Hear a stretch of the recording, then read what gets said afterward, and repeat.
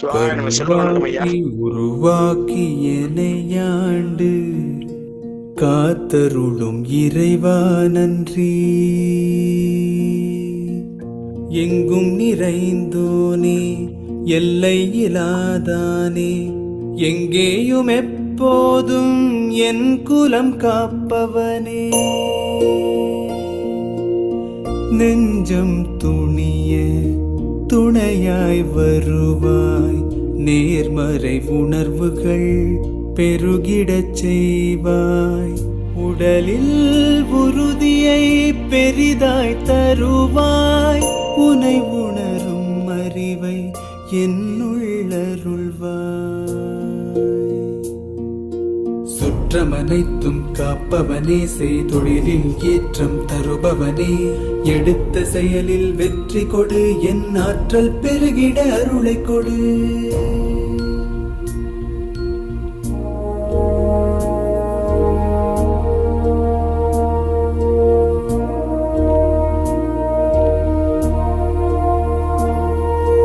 கருவாக்கி உருவாக்கி எனையாண்டு காத்தருளும் இறைவா நன்றி. வல்லமை தந்து நீ வளர்ச்சி கொடு, அகத்திலும் புறத்திலும் மலர்ச்சி கொடு. வளர்ச்சி கொடு, மலர்ச்சி கொடு, வளர்ச்சி கொடு, மலர்ச்சி கொடு.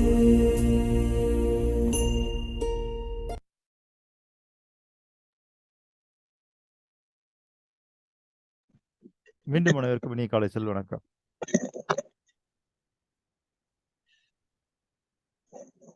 ராஜேஷ் சார் வணக்கம் சார். சார் உங்களுடைய நேம் இருக்கு இல்லையா, கேலக்ஸி J7 பிரைம்னு, அது மட்டும் மாற்றிக்கிங்க சரிங்களா. ஜூமில் வரக்கூடிய உங்களுடைய பேர் மட்டும் நீங்கள் ராஜேஷ்னு மாற்றிக்கங்க ஐயா.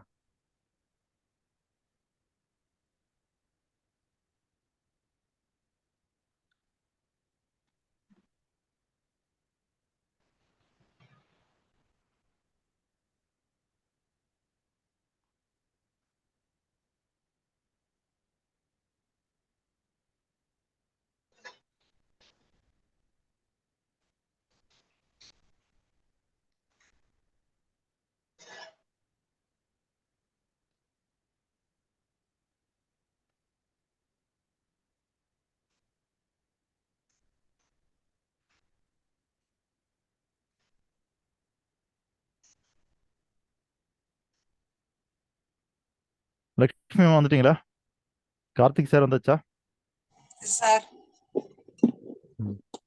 ஓகே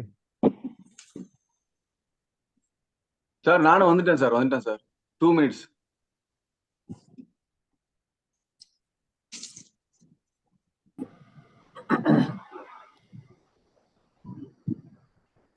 காலை வணக்கம். காலை வணக்கம் ஐயா.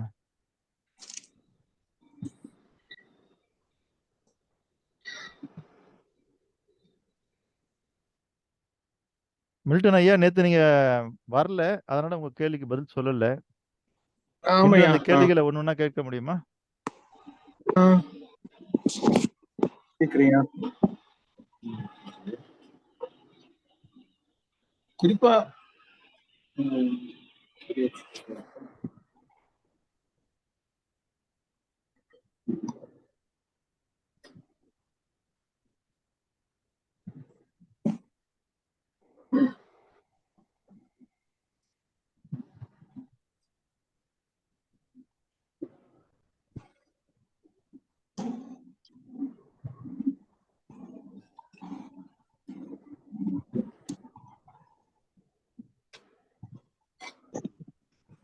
ராஜேஷ் சார், நீங்க எங்க சென்னையில இருக்கீங்களா மூணாரா? ஐயா அன்மியூட் பண்ணிட்டு பேசுங்கய்யா. ராஜேஷ் சார் அன்மியூட் பண்ணிட்டு பேசுங்க. நான் பேச கேக்குதா உங்களுக்கு? அதான் நீங்க உங்களுடைய மைக்கை மட்டும் அன்மியூட் பண்ணிட்டு பேசுங்க.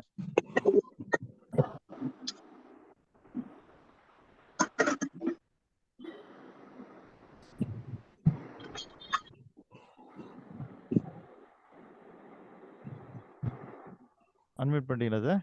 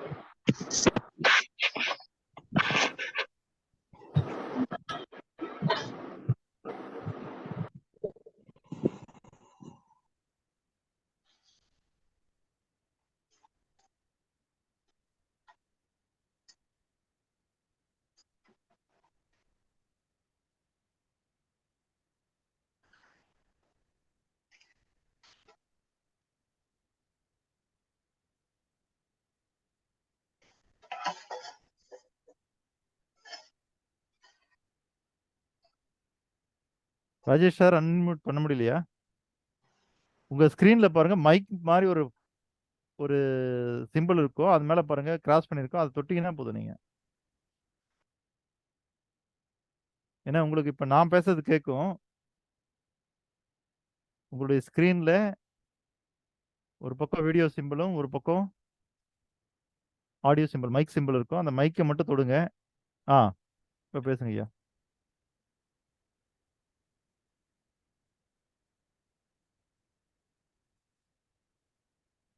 கேக்குதா சார்? இப்பதான் கேக்குது, சொல்லுங்க ஐயா.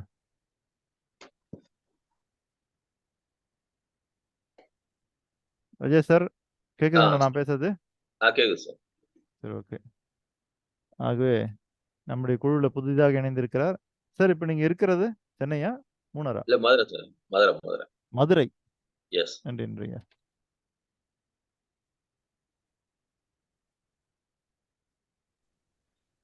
உங்களை பத்தி சின்ன ஒரு இன்ட்ரோடக்ஷன் சொல்லிருங்க ராஜேஷ் சார், எல்லாருக்கும் தெரிவிட்டு. சார் என் பேர் ராஜேஷ். நான் ஹோட்டல் ரெஸ்டாரண்ட் வச்சு நடத்திட்டு இருக்கேன் ஹைவேஸ்ல. நன்றி சார், நன்றி. மில்டன் சார் கேள்விகளை வாசிக்கிறேன் சார். அதாவது அறியும் மனம், உணர்வு மனம், ரெண்டு சொல்றோம். பிரபஞ்ச மனம் என்பது எப்படி புரிந்து கொள்ளலாம்? இது முதல் கேள்வி சார். சரிங்கய்யா. இரண்டாவது சொல்ல சொல்லுங்க. 2, 3 படிச்சிடுறேன். மனதில் எதிர்மறை எண்ணங்கள் வந்து கொண்டே இருக்கிறது. இது சூழ்நிலைகளால் ஏற்படுவது என்றால் சூழ்நிலைகளால் மாற்ற முடியுமா? எதிர்மறை எண்ணங்களை நீக்குவது, தவிர்ப்பது எப்படி? அது 2. மூன்றாவது, இது 2 சொல்லிட்டு மூணாவது முக்கியமா ஆழ்மனதில் ஒரு காரியத்தை நாம் எடுத்து செல்ல எப்படி முடியும்? அதே போல மற்றவர்களோடு பேசுவது எப்படி? அலிபாபா மனம் அலிபாபா குகை என்கிறார்கள், அதற்கு பாஸ்வேர்டு என்ன? நன்றிங்கய்யா. நன்றி. பிரபஞ்ச மனம் என்றால் என்னன்னு கேட்டிருக்கீங்க. பிரபஞ்ச மனம் என்று ஒன்று தனியாக இல்லை. அதாவது மனம் என்பது பிரபஞ்சத்தினுடைய அம்பாசிடர் தான்.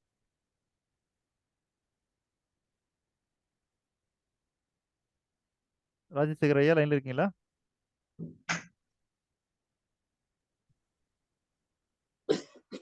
ஏன் உங்களுடைய கேமரா நேரா இல்ல போல இருக்குது? செல் இல்ல, சரியா இல்ல, நீங்க அப்படியே திரும்பி லைட் இருக்கிற பக்கம் திரும்பி உட்காருங்க. லைட் உங்களுக்கு பின்னாடி இருக்கு இல்லையா, முன்னாடி வர மாதிரி வாங்க. லைட் இந்த சைடுல இருக்கு. திரும்பி உட்கார்ந்தீங்கன்னா நீங்க நல்லா தெரிவிங்க.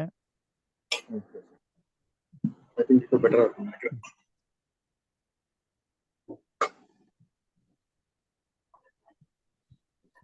ஹாப்பி கேனன் சார் வந்தாச்சா? சார் வந்தாச்சுங்க சார். சார் வந்துட்டேங்க சார், ஒரே நிமிஷம் சார்.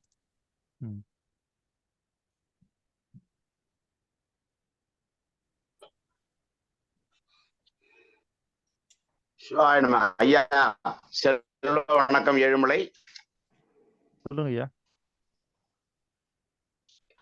நான் பிள்ளைகளுக்கு கிளாஸ் எடுக்கும்போது மனம் 3 வகைப்படுகிறது. 1 பிரபஞ்ச மனம், 2 ஆழ் மனம், 3 வெளி மனம்னு சொல்லி கொடுக்குறோம். இப்ப பிரபஞ்ச மனம் ஐயா இல்லைன்னு சொல்லும்போது பிரபஞ்ச மனம் பிரபஞ்சம் தான் மனத்தின் தூதுவன்னு சொல்றீங்க. ம். அதுல ஏதோ சற்று அதான் இப்ப விளக்க போறேன். அது ஐயா ஒரு இடமா உட்காரட்டும்னு பாக்குறேன் நானு. உட்காந்துட்டீங்களா ஐயா? சரிங்க. உட்காட்டையா.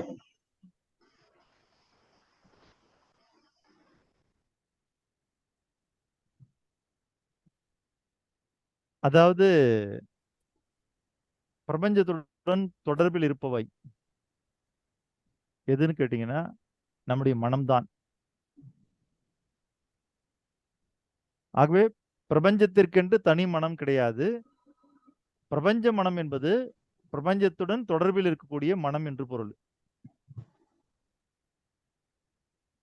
நீங்கள் விரும்பினாலும் விரும்பாவிட்டாலும் உங்களுடைய மைய மனம் வேலை செய்து கொண்டே இருக்கும். நீங்கள் அறிந்து செய்தாலும் அறியாமல் செய்தாலும் உங்களுடைய விழிப்பு மனம் வேலை செய்து கொண்டே இருக்கும்.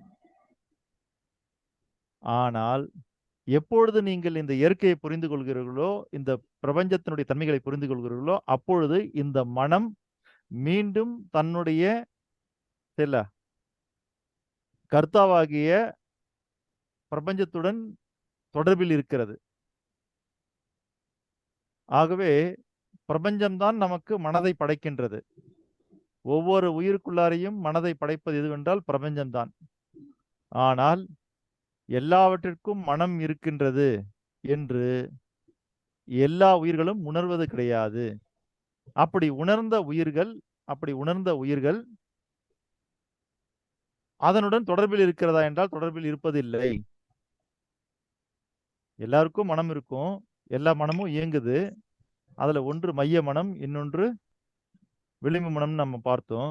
ஆனா எல்லா மனமும் பிரபஞ்சத்துடன் தொடர்பில் இருக்கிறதா என்றால் இல்லை.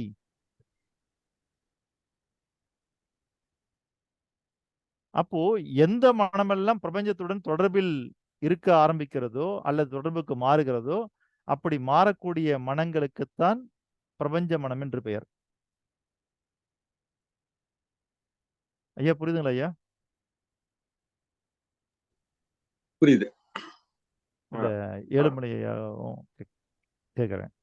நன்றி ஐயா, புரியுது. அதாவது எல்லா மனசுக்குமே அந்த ஃபெசிலிட்டி உண்டு. ஆனா எப்பொழுது அந்த பிரபஞ்ச ஆற்றலை புரிந்து கொள்கிறோம் அப்பதான் தொடர்பு கொள்ள முடியும். அப்படி தொடர்பு கொண்டு இருக்கக்கூடிய, அதாவது பிரபஞ்சத்துடன் தொடர்பில் இருக்கக்கூடிய அந்த மனதிற்கெல்லாம் என்ன பெயர்னா பிரபஞ்ச மனம் என்று பெயர். அது தனியா ஒண்ணு இல்லைன்ற. இப்ப எப்படி நம்ம இந்த 2 வகையா பிரிச்சிருக்கோம் இல்லைங்களா, அப்படி அது 3வது வகையா இல்ல. அது இது 2மே சேர்ந்து தொடர்பில் இருக்கக்கூடியது. அது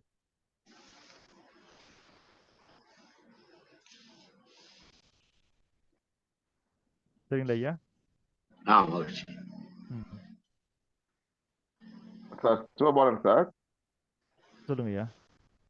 அந்த தொடர்பை நம்ம எப்படி சார் ஏற்படுத்துறதுங்கிறது தான் நம்ம இந்த சொல்லிடுறேன், அதெல்லாம் சொல்லிடுறேன். அதுக்கு தானே இந்த வகுப்பு.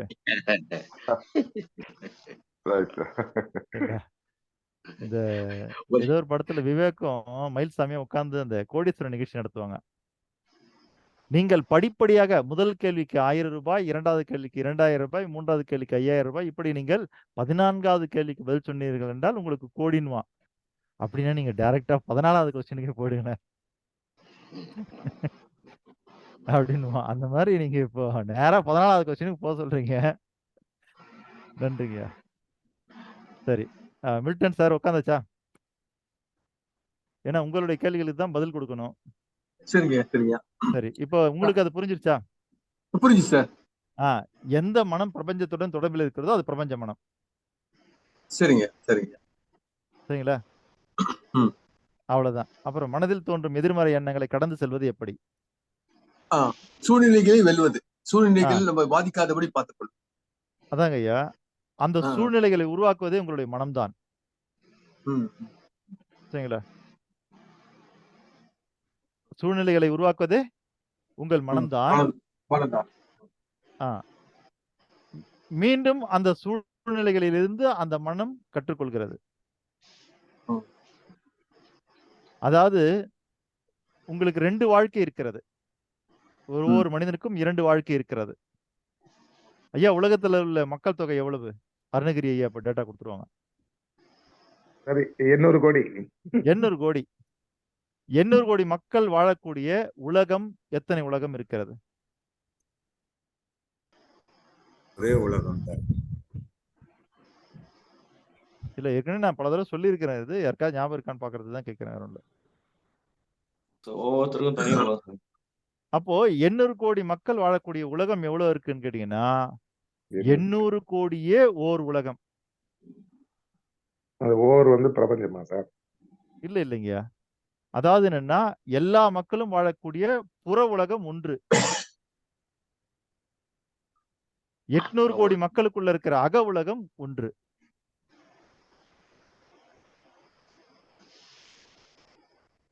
அருணகிரியா, புரியுதுங்களா? Okay sir. உங்களுக்குள்ள ஒரு உலகம் வச்சிருப்பீங்களா நீங்க? ஆமா.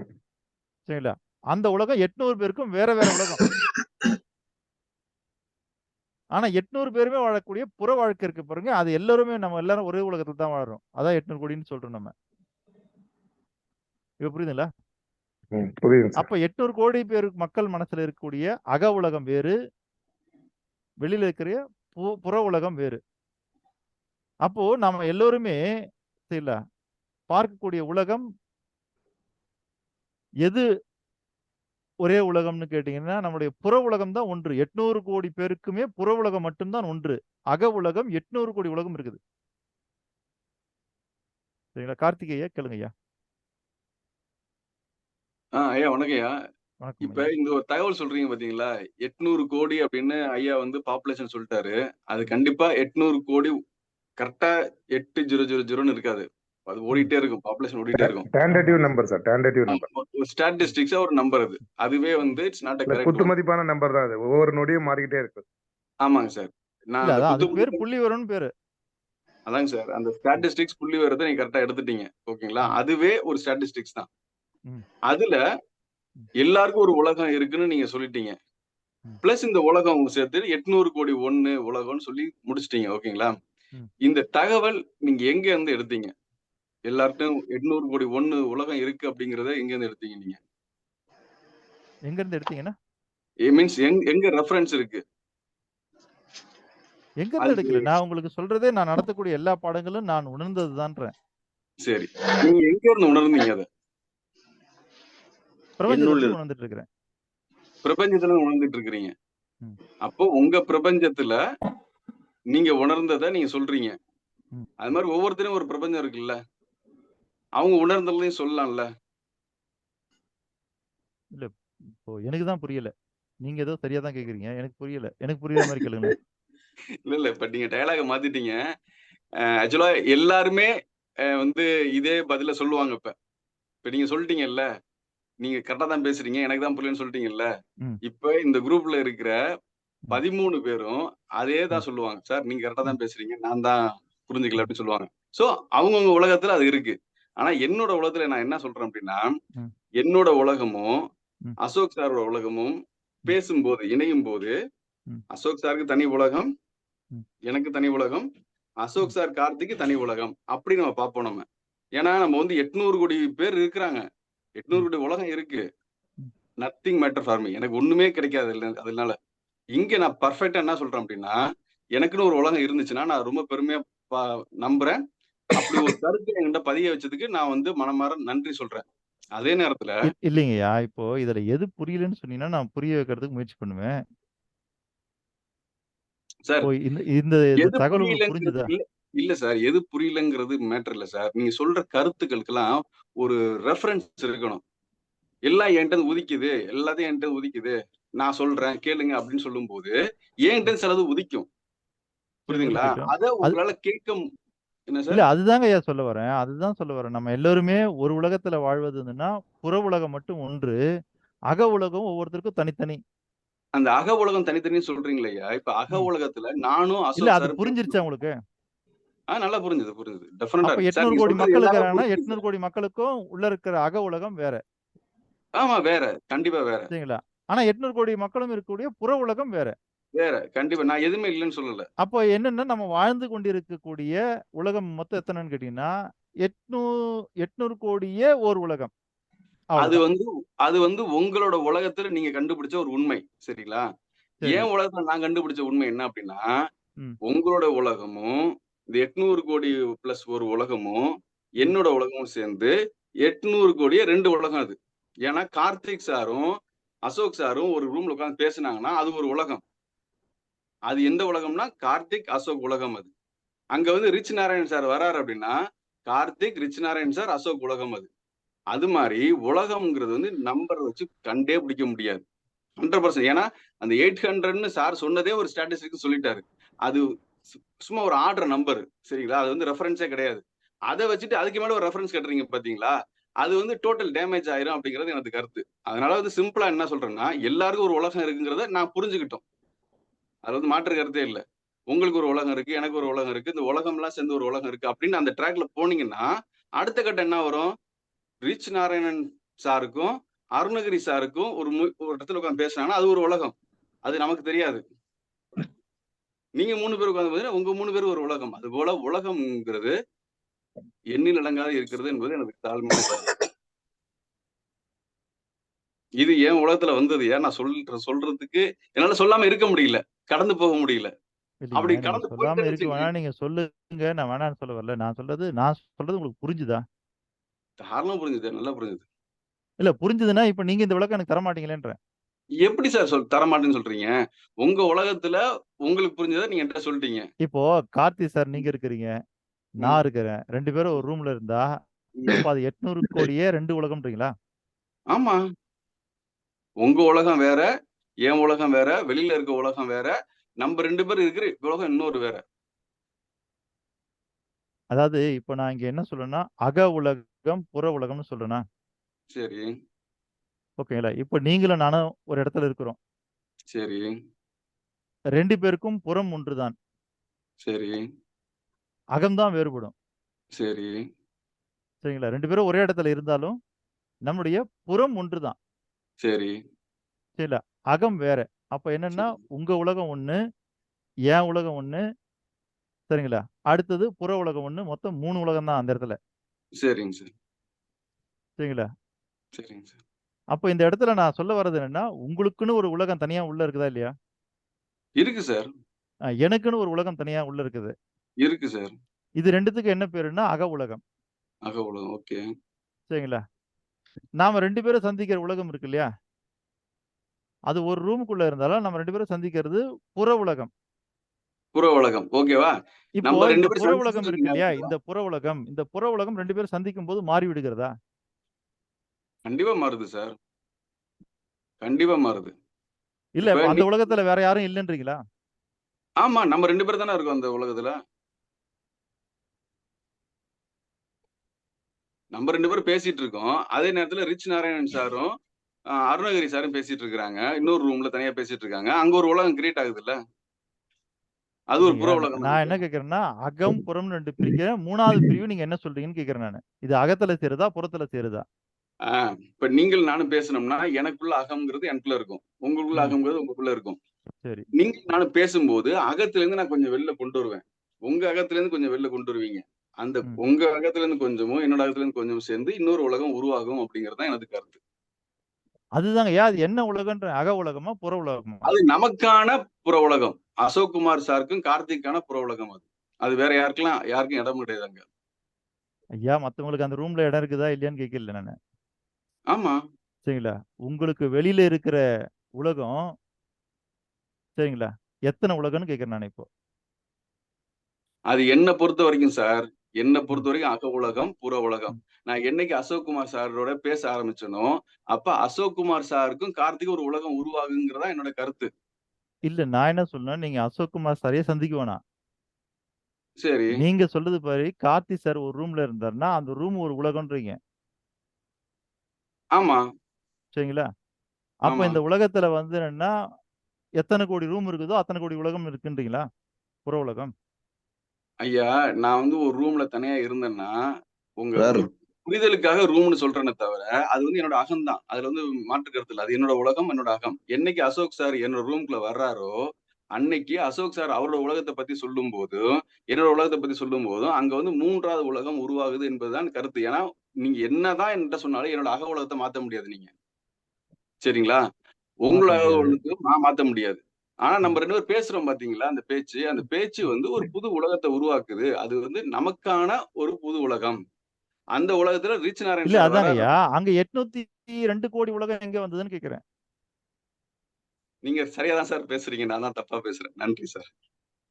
நீங்க ரொம்ப சரியா பேசுறீங்க. நான் தவறா பேசுறேன். இல்ல சார், நன்றி. நீங்களும் நானும் சந்திச்ச பிறகு அது இல்ல, 3வது உலகம் அவ்வளவுதான். சார் அந்த 3வது உலகம் நமக்கான உலகம் சார். அங்க வேற யாருக்கும் இடம் இல்ல சார். அதுதாங்கய்யா நான் கேக்குறது, அந்த உலகம் புற உலகமா அக உலகமான்னு கேக்குறேன். அது கார்த்திக், அசோக் குமாருக்கான உலகம். நீங்க எப்படி அது வேணாலும் என்ன உலகம் அது? வச்சுக்கோங்க. சார் நீங்க எப்படி வேணாலும் வச்சுக்கோங்க சார். அக உலகம்னு வச்சுக்கோங்க, புற உலகம்னு வச்சுக்கிறீங்க. இல்ல அகம் புறம் உலகம்னு வச்சுக்கோங்க. எப்படி வேணாலும் வச்சுக்கோங்க. But there is a new உலகம். புது உலகம் உருவாகுது என்பது கருத்து சார். இல்லையா, நான் சொல்றது புதுசா புற உலகம் உருவாகுதா, அக உலகம் உருவாகுதா? சார் நீங்க சரியா தான் பேசுறீங்க. கடைசியில வந்து நீங்க அங்க கொண்டாந்து டாட் வைப்பீங்க. நான் வந்து சரி சார் கரெக்ட்னு சொல்லிருவேன். அத முன்னாடியே சொல்லிக்கிறேன் அவ்வளவுதான். ரொம்ப நன்றி sir. Thank you very much.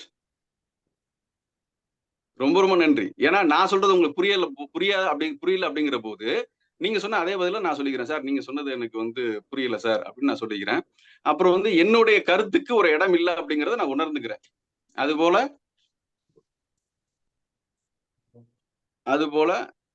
அதுபோல என்னுடைய சிந்தனைக்கு வந்து உலகம் இல்ல அப்படிங்கறத உருவாக்கிறேன். நான் வந்து அதை புரிஞ்சுக்கிட்டு மற்றவர்கள்ட்ட மன்னிப்பு கேட்டுக்கிறேன். நன்றி, வணக்கம். சார் வீடியோ வரல சார். இந்த வருது சார். சரி, இப்போ நீங்க ஒரு கருத்து வச்சுட்டீங்க இல்லையா? சரிங்க சார். இப்போ நான் அமைதியா இருக்கிறேன். சரிங்க சார். நீங்க வச்ச கருத்து இங்க இருக்கிறவங்கிட்ட கேளுங்க. இல்ல அவங்க எல்லாரும் அதான் சொல்லுவாங்க. நீங்க என்ன சொல்றீங்களோ அதான் சொல்லுவாங்க. அதனால நான் அந்த போட்டிக்குள்ள வரல. எனக்கு வந்து போட்டி முக்கியம் இல்ல சார். எனக்குள்ள ஒரு கருத்து இருக்கு. அதை நான் சொல்லணும்னு தோணுது. எனக்குன்னு ஒரு உலகம் இருக்கு, நம்புறேன். அதை நான் சொல்லிட்டேன். சரிங்களா?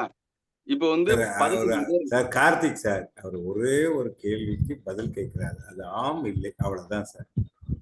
நீங்க சொல்றது 3வது உலகம் சொல்றீங்கல்ல, அது சொல்றீங்கல்ல, அது அக உலகம்ல வருதா புற உலகம்ல வருதான்னு அதானே அவர் கேட்கிறாரு.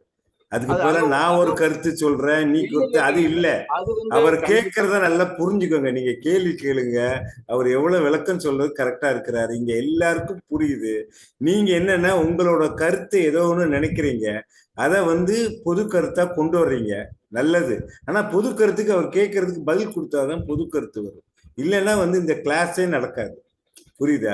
நீங்க கேட்கறீங்க, அவர் கேட்கிறாருல, அசோக் குமாரும் கார்த்திக்கும் ஒரு புது உலகம் சொல்றாரு.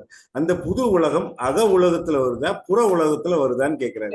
நீங்க அது பதில் சொல்லாம 3வது உலகம் சொல்றீங்கன்னா அந்த 3வது உலகத்துக்கு விளக்கம் சொல்லுங்க சொல்றாரு. நான் ஒண்ணு சொல்றேன் சார். அசோக் குமார் சார் வந்து 2 பை கையில 2 பை எடுத்துவாரு. ஒரு அக உலகம், ஒரு புற உலகம். அவர்கிட்ட இருக்கிறதே 2 உலகம் தான். அதுக்கு மேல அவருக்கு தெரியாது. அப்ப நான் புதுசா ஒண்ணு சொல்லும் போது இது அகமா புறமா அப்படின்னு கேட்கிறாரு.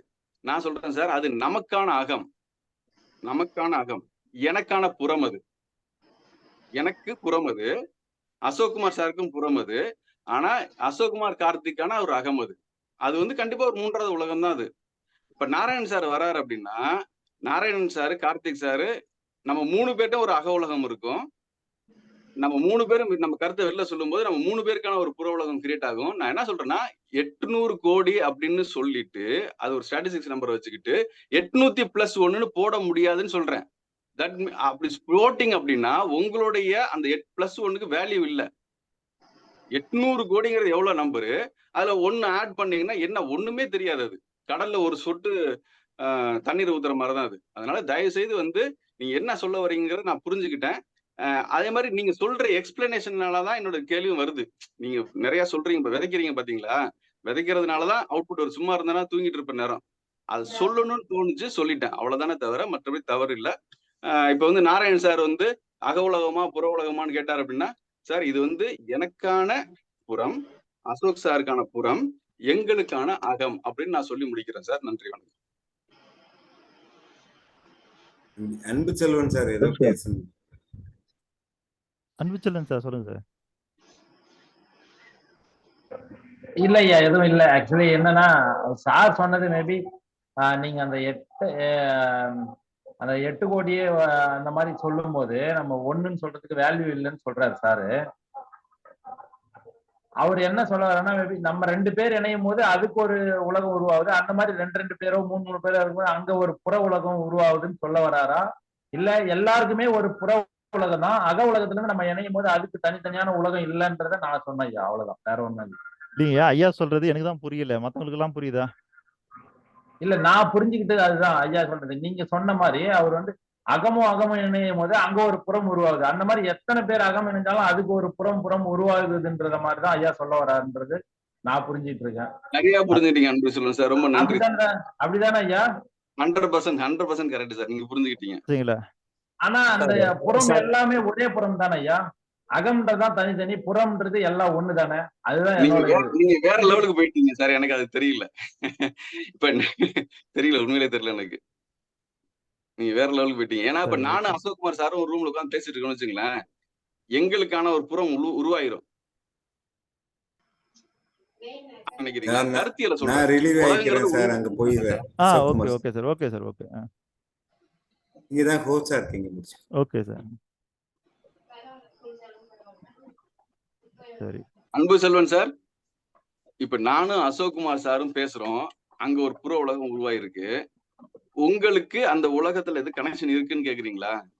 கண்டிப்பா கிடையாது. கரெக்ட் தானே சார்? என்னோட புரிதல் என்னன்னா, அகம் மட்டும்தான் ஐயா தனித்தனி, புறம்ன்றது எல்லாருக்கும் ஒரே இதான் ஐயா. அதுல நம்ம நீங்க இணைஞ்சிக்கிறீங்க, அவ்வளவுதான், உங்க அகத்தை வச்சு, அவ்வளவுதான். இப்ப நம்ம 5 பேர் சேர்ந்தாலும் அங்க புறம்ன்றது ஒரே புறம் தான் ஐயா. அப்படிதான் நான் புரிஞ்சுக்கிறேன்.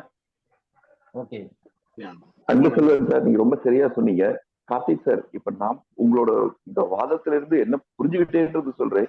இப்போ நான் எதிர்த்து உங்களுக்கு நின்று இருக்கும் போது நம்ம கண்ணாடி மாதிரி நிக்கிற மாதிரி எல்லாருக்கும் வலது அப்படிங்கிறது, வலது கையை தூக்கும் போது நம்ம கண்ணாடியில பார்க்கும்போது ஒரு இடது கையா அது காட்டும், இடது கைன்றப்போ அது வலது கையா காட்டும். ஆனா நம்ம பாடம் நடத்தும் போது, ஒரு மாணவர்களுக்கு பாடம் நடத்தும் போது, எனக்கு நான் அந்த இதுல இருந்து சொல்றேன், நம்ம மாணவர்களை பார்க்கும்போது உங்கள் வலது கையை உயர்த்துகள் அப்படின்னா அவங்க வலது கையை தான் உயர்த்துவாங்க.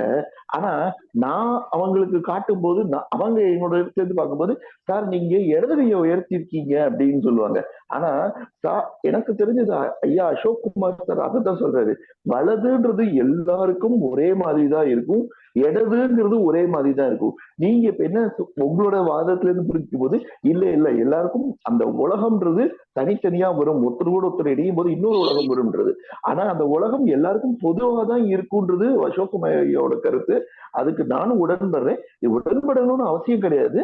ஆனா கடைசியில வரும்போது எல்லாருக்கும் எப்படி எண்கள்ன்றது 1க்கு அப்புறம் 2 தான் வரணும், 3 தான் வரணும்னு சொல்லும் போது, இல்ல 1க்கு அப்புறம் ஏன் 3 வரக்கூடாதுன்னு கேட்டீங்கன்னா அதற்கான தர்க்கமா தான் போகும்படியே இது வாதமா இருக்கும்.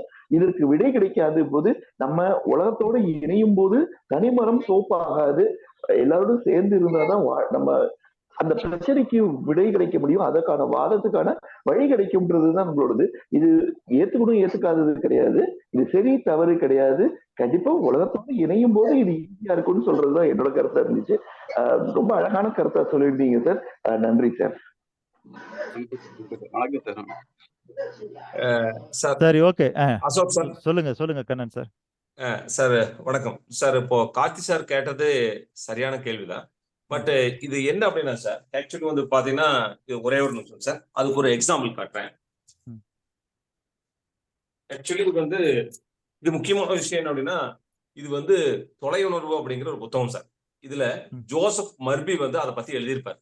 ஒரு மனிதர்களோட சிந்தனைகள் தான் வேறு வேறு, அது எல்லாமே இந்த உலகத்துல அத்தனையும் பதியப்படுதுன்னு சொல்றாரு சார். அதனால உலகம் அப்படிங்கிறது வேறு கிடையாதுங்க சார். அசோக் சார் சொல்றது என்ன அப்படின்னா, புற உலகம் அப்படிங்கிறது ஒன்றுதான். அதை வேற ஜோசப் மர்பி சொல்றாரு, புற உலகம் அப்படிங்கிறது ஒண்ணுதான், நமக்குள்ள தோணக்கூடிய எண்ணங்களுக்கான பிரதிபலிப்பு தான் வாழ்க்கை அப்படிங்கிறார் அவர். அப்ப என்ன அப்படின்னா, கார்த்தி சாருக்குள்ள தோன்றது அசோக் சார் கண்டுபிடிக்க முடியாது. சார் லைன்ல இருக்கீங்களா? சார் லைன்ல தான் சார் இருக்கேன். அதனால மத்தவங்க கருத்து சொல்லும்போது வெளியே போயிடுறீங்க. இல்ல சார், நான் லைன்ல இருக்கேன் சார். ஐ அம் லிசனிங் சார், 100% லிசனிங். வீடியோல இருக்கணும், வீடியோல இருங்க சார். கார்த்தி சார், இப்ப என்ன விஷயம் சார், இந்த புக்கை வாங்கி படிச்சீங்கன்னா தெரியும் சார், உங்களுடைய அக உலகம் என்ன, புற உலகம்னா என்ன அப்படிங்கிற பத்தி ஜோசப் மர்பி அருமையா எழுதியிருப்பார். அதைத்தான் அசோக் சார் சொல்றாரு. என்ன அப்படின்னா, புற உலகம் அப்படிங்கிறது ஒன்றுதான், ஆனா அக உலகம் வேறு வேறு. ஒவ்வொரு மனுஷனுக்கும் அது வேற வேறையா இருக்கு. ஆனா ஒவ்வொருத்தரோட எண்ணங்கள் வந்து இந்த உலகத்துல 100% கார்த்தி சார் பதியப்படுது. பட் அதனால ரொம்ப நீங்க வேற வேற அப்படிங்கறது நீங்க நினைக்கலாம். அசோக் சாரும் கார்த்தி சார் உட்கார்ந்து பேசினாலும் அது மனிதர்களுக்கு தான் தெரியாதே தவிர இந்த பிரபஞ்சத்தில் நீங்க என்ன பேசுறீங்க அப்படிங்கறது பதியப்படுங்கிறார் அவர். அது உண்மை. நாம அதை சொல்லுவோம் லா ஆஃப் அட்ராக்ஷன் அப்படிங்கறதுல நாம எதைய பேசுறோமோ அதைய நம்மளுடைய மூளை நம்புது. நம்ம மூளை எது நம்புதோ அது வந்து நம்மளுடைய வாழ்க்கையா மாறுது. அதுதான் உண்மை. இப்போ இந்த இடத்துல என்ன அப்படின்னா அசோக் சார் சொல்றது என்ன, புற உலகம் ஒன்றுதான். ஆனா 800 கோடி உலகம் இருக்குது. யாராருக்கு? அது ஒவ்வொருத்தருக்கு இண்டிவிஜுவலா இருக்குது. ஆனால் அது செயல்பாட்டுக்கு எங்க வருது அப்படின்னா இந்த உலகத்துக்குள்ள வரும்போது அது செயல்பாடா மாறுது. அது ஒண்ணுதான். பட் நீங்க 2 பேர் சரியோ 3 பேரோ 30 பேரோ எத்தனை பேர் சேர்ந்தாலும் அங்கே நீங்க எல்லாரும் ஒரு கிரவுண்டு தான் உருவாகிறோம். ஆனால் இங்க புற உலகம் அப்படிங்கிறது ஒண்ணுதான். அதுல எந்த விதமான மாற்றம் இல்லை. அதை பத்தி உங்களுக்கு எக்ஸ்ட்ரா நீங்க தெரிஞ்சுக்கணும் அப்படின்னா ஜோசப் பர்பி எழுதின 2-3 புத்தகங்கள் இருக்குது. அதுல வந்து பெசிமனான புக்கு தொலை உணர்வு, நம்மளுக்கு அப்பாற்பட்டு இருக்கக்கூடிய உலகத்தை பத்தி அவர் எழுதியிருப்பாரு. அந்த புக்கை படிங்க, நீங்க கேட்கிற கேள்விக்கு கிளியரா பதில் கிடைக்கும். Thank you Ashok sir. நன்றி. இதுக்கு வந்து சார் இப்போ நீங்க கேட்டீங்க இல்ல சார், என்னோட கருத்துக்கள் ஆக்சுவலி வந்து பாத்தீங்கன்னா நாம கொஞ்சம் ரொம்ப அதிகமா புத்தக புழுன்னே சொல்லுவாங்க நம்மள. ஆக்சுவலி வந்து பாத்தீங்கன்னா படிச்சுட்டே இருப்போம் சார். நாம அதனால சொல்றது என்ன விஷயம் அப்படின்னா அசோக் சார் சொல்றதும் நீங்கள் சொல்வதும் கருத்துக்கள் வந்து வேறு வேறு, கருத்துக்கள் வந்து விஷயங்கள் வேறு வேறு அப்படிங்கிறது இங்க இல்லை. பொதுப்படையான கருத்துக்கள் அதிகமாக யார் சொல்லி யாரால் ஏற்றுக்கொள்ளப்படுவதோ அதுதான் சார் இங்க வந்து விஷயமே. இப்போ ஒண்ணு இல்ல சார், அதுக்கு ஒரு சின்ன எக்ஸாம்பிள். நம்மளுக்கு காமராஜர் வந்து நல்லவரா கெட்டவரா? நல்லவர் எல்லாத்துக்குமே தெரியும். அவர் ஏன் தோக்கடிச்சோம்? அவர் எதனால தோத்தாருன்னு நினைக்கிறீங்க? ஒரு சில சுயநல மனிதர்களால் சேர்ந்தனால ஒரு நல்லவரவே தோற்கடிக்க முடியுது. அப்ப என்ன விஷயம் அப்படின்னா கார்த்தி சார் ஒரு கருத்தை சொல்றீங்க அப்படின்னா இங்க 18 பேர் இருக்கிறாங்க அப்படின்னா அந்த 18 பேர்ல நீங்க சொல்லக்கூடிய கருத்துக்களோட வேல்யூ அப்படிங்கறது என்ன தெரியுங்களா? அந்த 18 பேத்துக்கும் புரியுதாங்கிறத இங்க முக்கியமே. அது புரியணும் முக்கியம் சார். இப்போ நான் வந்து என்னோட பர்ஸ் இது வந்து கருப்பு கலர்னு சொல்றேன், இது வந்து எல்லோ கலர்னு சொல்றேன், இது வந்து ஒயிட் கலர்னு சொல்றேன். இது எல்லாரும் ஏத்துக்கொண்டால் இது உலகத்துக்கு பொதுவானது. நீங்க இந்த எல்லோ கலர் ஒயிட் கலர் சேர்ந்து இந்த கலர் அப்படின்னு சொல்றீங்க, ஒரு கலர்னு சொல்றீங்க அப்படின்னா அந்த கலரையும் எல்லோரும் ஏற்றுக்கொண்டால் தான் அந்த கருத்து சரி அப்படிங்கிறது தான் சார் முக்கியம், வேற ஒண்ணு இல்லை. Thank you sir. Happy Karan sir சொன்னதுல இருந்து ஒரே ஒரு கருத்து தான், அந்த கலர்ஸ் எல்லாத்தையும் பேசும்போது எல்லாமே வெள்ளையில இருந்து வர்றதுதான் அப்படின்றது அசோக் நான் ஒரு கருத்து நீங்க சார் சொல்றது வெள்ளையில இருந்து உருவாறதுதான் பல கலர்கள் அப்படின்றாங்க. இல்ல சார், ரெட் கலர் தனி, அது ஒயிட் கிடையாதுன்றது கார்த்திக் சாரோட கருத்தா இருக்கு. ஆனா சேருமிடம் நதிகள் உற்பத்தி ஆவது பலதாக இருந்தாலும் சேருமிடம் ஒன்று கடல் தான் அப்படின்னு சொல்லுவாங்க. அதே மாதிரிதான் நான் பாக்குறேன். ரொம்ப அருமையான விவாதம் போயிட்டு இருக்கு. Thank you sir. மகிழ்ச்சி மகிழ்ச்சி. இப்போ கார்த்தி சார் சொல்லுங்க சார். சப்ஜெக்ட்டுக்குள்ள வரலாங்க சார் ப்ளீஸ். இல்ல இப்போ 800 கோடி மக்கள் நமக்கு வேண்டாம், விட்டுருவோம். சரிங்களா? இல்ல இந்த இடத்துக்கு நீங்கள் செல்வந்தராவதுக்காக வந்திருக்கீங்க. சரிங்களா? மத்தவங்க செல்வந்தர் ஆகிறாங்களா இல்லையாங்கிறது உங்களுக்கு கவலை கிடையாது, நீங்கள் ஆகணும். சரிங்களா? இப்ப உங்களுக்கு எத்தனை உலகம் இருக்குது சார்? எனக்கு கண்டே பிடிக்க முடியாது சார். இத்தனை நம்பர் வச்சு ஃபிக்ஸ் பண்ண முடியாது சார். நிறைய அதுதான் சார். இப்ப உங்களை கண்டே பிடிக்க முடியாம இருக்கு இல்லையா? அதை கண்டுபிடிக்கிறதுக்கு தான் சொல்றேன். ஒவ்வொரு செல்வந்தனுக்கும் 2 உலகம் இருக்குது. சரி, 2 உலகம் தான். இப்ப நீங்க செல்வந்தராகணும்னா 2 உலகம் இருக்குது. சரி, ரைட், ஓகே. சரிங்களா? ஒன்று உங்களுடைய அக உலகம், இன்னொன்று புற உலகம். சரிங்க. 800 கோடி எல்லாம் விட்டுருங்க. சரிங்க, தேங்க்யூ சார். அந்த மாதிரி ஒவ்வொரு மனிதனுக்கும் 2 உலகம் இருக்கிறது. ஒன்று அக உலகம், ஒன்று புற உலகம். இப்ப உங்களுக்கு அந்த அக உலகமும் புற உலகமும் இருக்கா? இருக்கு சார், கண்டிப்பா இருக்கு சார். இல்ல 2 உலகம் இருக்கா, 2க்கும் மேற்பட்டு இருக்கான்னு கேக்குறேன். எனக்கு 2 உலகம் தான் சார் இருக்கு. 2 உலகம் தானே இருக்குது. ஆமா. சரி, அதுல மாட்டு கருத்து இல்லையே. இல்ல இல்ல. அதுதான். அப்ப ஒவ்வொருத்தருக்குமே 2 உலகம் இருக்குது. Okay sir. சரிங்களா? இப்ப இப்படி எடுத்துக்குவோம். இந்த ஒவ்வொருத்தருக்கும் இருக்கிற 2 உலகம் இருக்கு இல்லையா? அந்த ஒவ்வொருத்தரா சேர்த்தாதான் நம்ம உலகத்தினுடைய மக்கள் தொகை 800 கோடின்னு சொல்றோம். சரிங்க சார். 800 கோடி மக்களுக்குமே 2 உலகம் இருக்குது. சரிங்க சார். சரிங்களா? அந்த 800 கோடிக்கும் இருக்கக்கூடிய அந்த 2 உலகம் வந்து என்னன்னா புற உலகம் அத்தனையும் ஒத்து போகிறது, அக உலகம் வேறுபடுகிறது. சரிங்க சார். அவ்வளவுதான். Okay sir. இந்த கான்செப்ட் புரிஞ்சுதா உங்களுக்கு? இப்ப இந்த கான்செப்ட் 2 உலகம் இருக்குது. ஒன்று அக உலகம், ஒன்று புற உலகம்னு. புரியுது சார். சரிங்களா? அப்படி எல்லாருக்குமே 2 உலகம் இருக்குது. சரிங்க சார். ஓகேங்களா? அதுல சரி. அதுல வந்து என்னன்னா, இந்த அக உலகம் இருக்கு பாருங்க, அது வேறு வேறு வேறுன்னு வேறுபடுகிறது. சரிங்க சார். புற உலகம் எல்லாம் ஒன்றுபடுகிறது. சரிங்க சார். சரிங்களா? ஒரு வேர்ல்டு மேப் எடுத்து வச்சு கேட்டீங்கன்னா, 800 கோடி மக்களுக்கும் இந்தியா எந்த இடத்துல இல்லையோ, அந்த இடத்துல தான் கை வைப்பாங்க. சரிங்க சார். அப்ப அவங்களுடைய புற உலகம் இருக்கு பாருங்க. இந்தியா எங்க மேப்ல இருக்குதோ, அதான் இந்தியா. சரிங்க. சரிங்களா? அப்ப 800 கோடி பேருமே வேற வேற இடத்துல இதுதான் இந்தியா இந்தியான்னு கை காட்டுவாங்கன்னா, உலக மேப்ல காட்ட மாட்டாங்க. காட்டக்கூடாது. சரி. சரிங்க சார். சரிங்களா? சரிங்க சார். அதுதான் நம்ம புற உலகம்னு சொல்றோம். நம்ம மேப்ல பார்க்குறோம் இல்லையா? சரிங்க சார். நம்ம இப்ப கோள உருண்டையா இருக்குன்னு சொல்றோம் இல்லைங்களா? சரிங்க சார். அதத்தான் நம்ம வந்து புற உலகம்னு சொல்றோம். சரிங்க சார். உங்களுக்குள்ள இருக்கிற அக உலகம் அது கோள வடிவத்துல இருக்குதா? சதுர சரிங்க சார். வடிவத்துல இருக்குதா? செவ்வக சரி. வடிவத்துல இருக்குதா? அது 3ஆ இருக்குதா? சரிங்க. 4ஆ இருக்குதா? 5ஆ இருக்குதான்றதெல்லாம் உங்களுக்கு தான் சரிங்க. தெரியும். சரிங்க. சரிங்களா? நீங்க சொல்ல சரி. வரக்கூடிய கருத்து என்னன்னா, இங்க புற உலகம் வேறுபடுதுன்றது. ஆனா நீங்க முடிவு பண்ணிட்டீங்கன்னா, இப்ப நான் சொல்றேன், அக உலகம் ஒன்று, புற உலகம் ஒன்றுன்னு. சரிங்க. ஆனா இன்னும் கொஞ்சம் டெப்த்தா போனீங்கன்னு வச்சுக்கங்க. இன்னும் கொஞ்சம் டெப்த்தா போனீங்கன்னா என்னன்னா, அக சரிங்க. உலகம் 2 ஆகும். சரிங்க சார். இன்னும் கொஞ்சம் டெப்த்தா போனீங்கன்னா, அக உலகம் 4ஆ மாறும். சரிங்க சார். இன்னும் கொஞ்சம் டெப்த்தா போனீங்கன்னா, அக உலகம் 8ஆ மாறும். சரிங்க. இப்படி அக உலகத்துல வேணுமானாலும் நீங்க சொல்ற மாரி அத பிரிச்சுக்கிட்டே போலாம். ஆனா சரிங்க புற சார். உலகம் ஒன்றுதான்றது என்னுடைய ஆணித்தனமான கருத்து. சரிங்க சார். சரிங்களா? இப்ப வெங்கட்ராமன் சார் சொன்னதுக்கு மட்டும் நான் ஒரு சின்ன பதில் சொல்லிக்கிட்டு முடிக்கிறேன் சார். சார் சரிங்க. சொன்னாங்க 1, 2, 3 தாங்க எண்ணணும். நீங்க ம். வந்து 1, 3, 5 அப்படின்னா தப்பு அப்படின்னு சொன்னாங்க.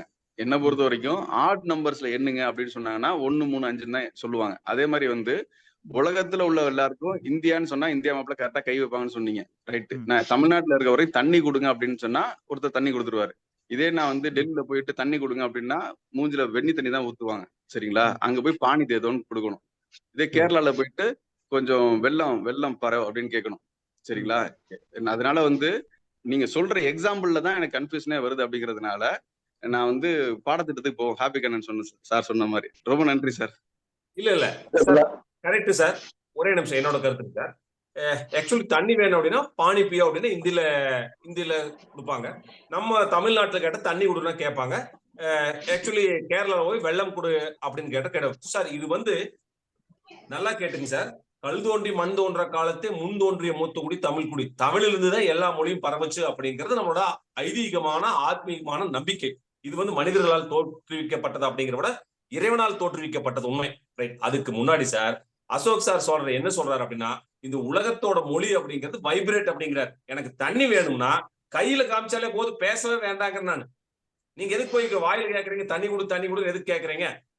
வாயே பேச வேண்டியது சார். ஃபர்ஸ்ட் இந்த உலகத்தோட பொது மொழி வந்து மௌனம் தான். பேச தெரிஞ்சதுக்கு அப்புறம் தான் அந்த வார்த்தைகள் வந்து கோர்வைகள் ஆச்சு. அதுக்கு முன்னாடி எல்லாமே செய்கைகள் தான். அதுக்கு முன்னாடி வந்து அதிர்வுகள் தான். நான் சோகமா இருக்கிறேன், அதை எப்படி வெளிப்படுத்தலாம்? என்னோட கண்ணீர் மூலியமாம என்னுடைய உடல் தோட்டத்து மூலியமா நான் சோகமா இருக்குன்னு சொல்லிடலாம். எனக்கு தண்ணி வேணும் அப்படின்னா அங்க போய் இப்படி எனக்கு தண்ணி கொடு அப்படின்னு கேட்டாலே தண்ணி கொடுத்துட்டு போறேன். அதனால தெளிவா தெரிஞ்சுங்க சார். அப்போ இந்த உலகத்தோட மொழி அப்படிங்கிறது வைப்ரேஷன் தான், வார்த்தைகள் கிடையாது சார். சார் இது வந்து என்னுடைய கருத்து, நீங்க தப்பா நினைச்சுக்காதீங்க. சூப்பர். நன்றி சார். நன்றி சார். Thank you sir. அதே மாதிரி எண்ணிக்கையில சொல்லும் போது ஆட் அப்படின்னு ஒரு வார்த்தை சொன்னீங்க.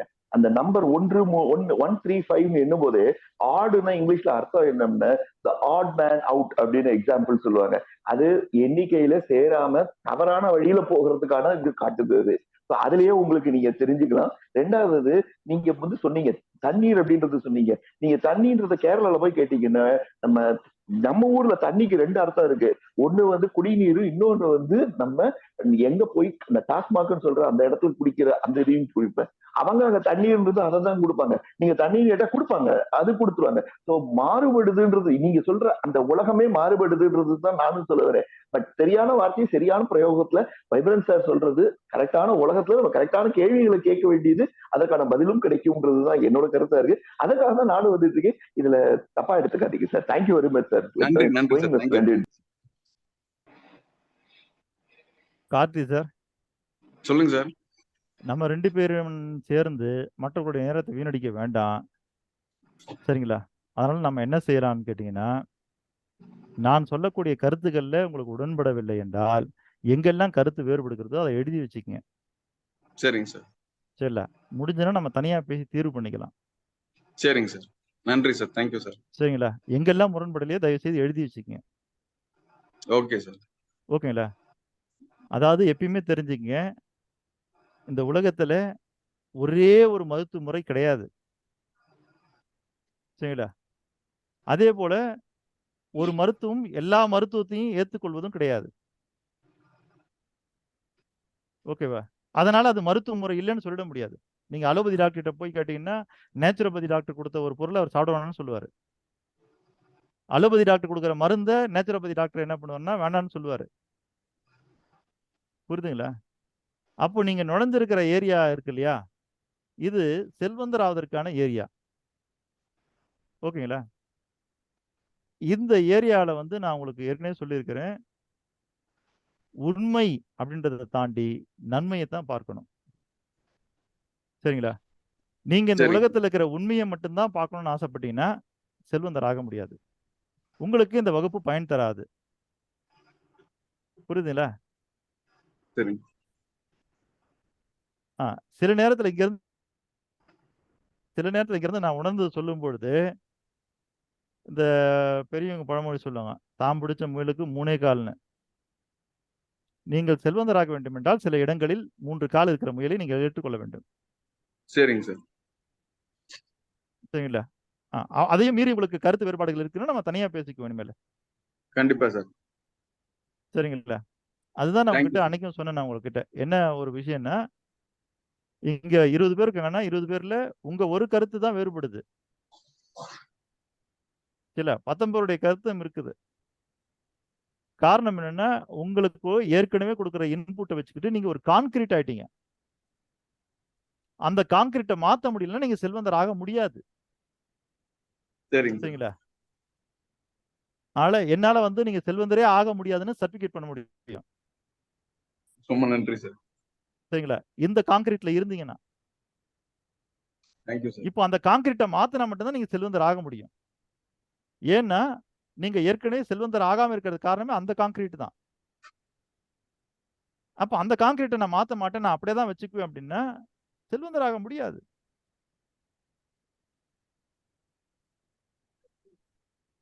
S sir. Yes sir. சரிங்களா? Okay sir. Thank you sir. Thank you. அதனால நீங்க வந்து என்னன்னா அடுத்தவருடைய நேரங்களை எல்லாம் உணர்ந்து நாம இனிமேல் பயணம் செய்வோம்.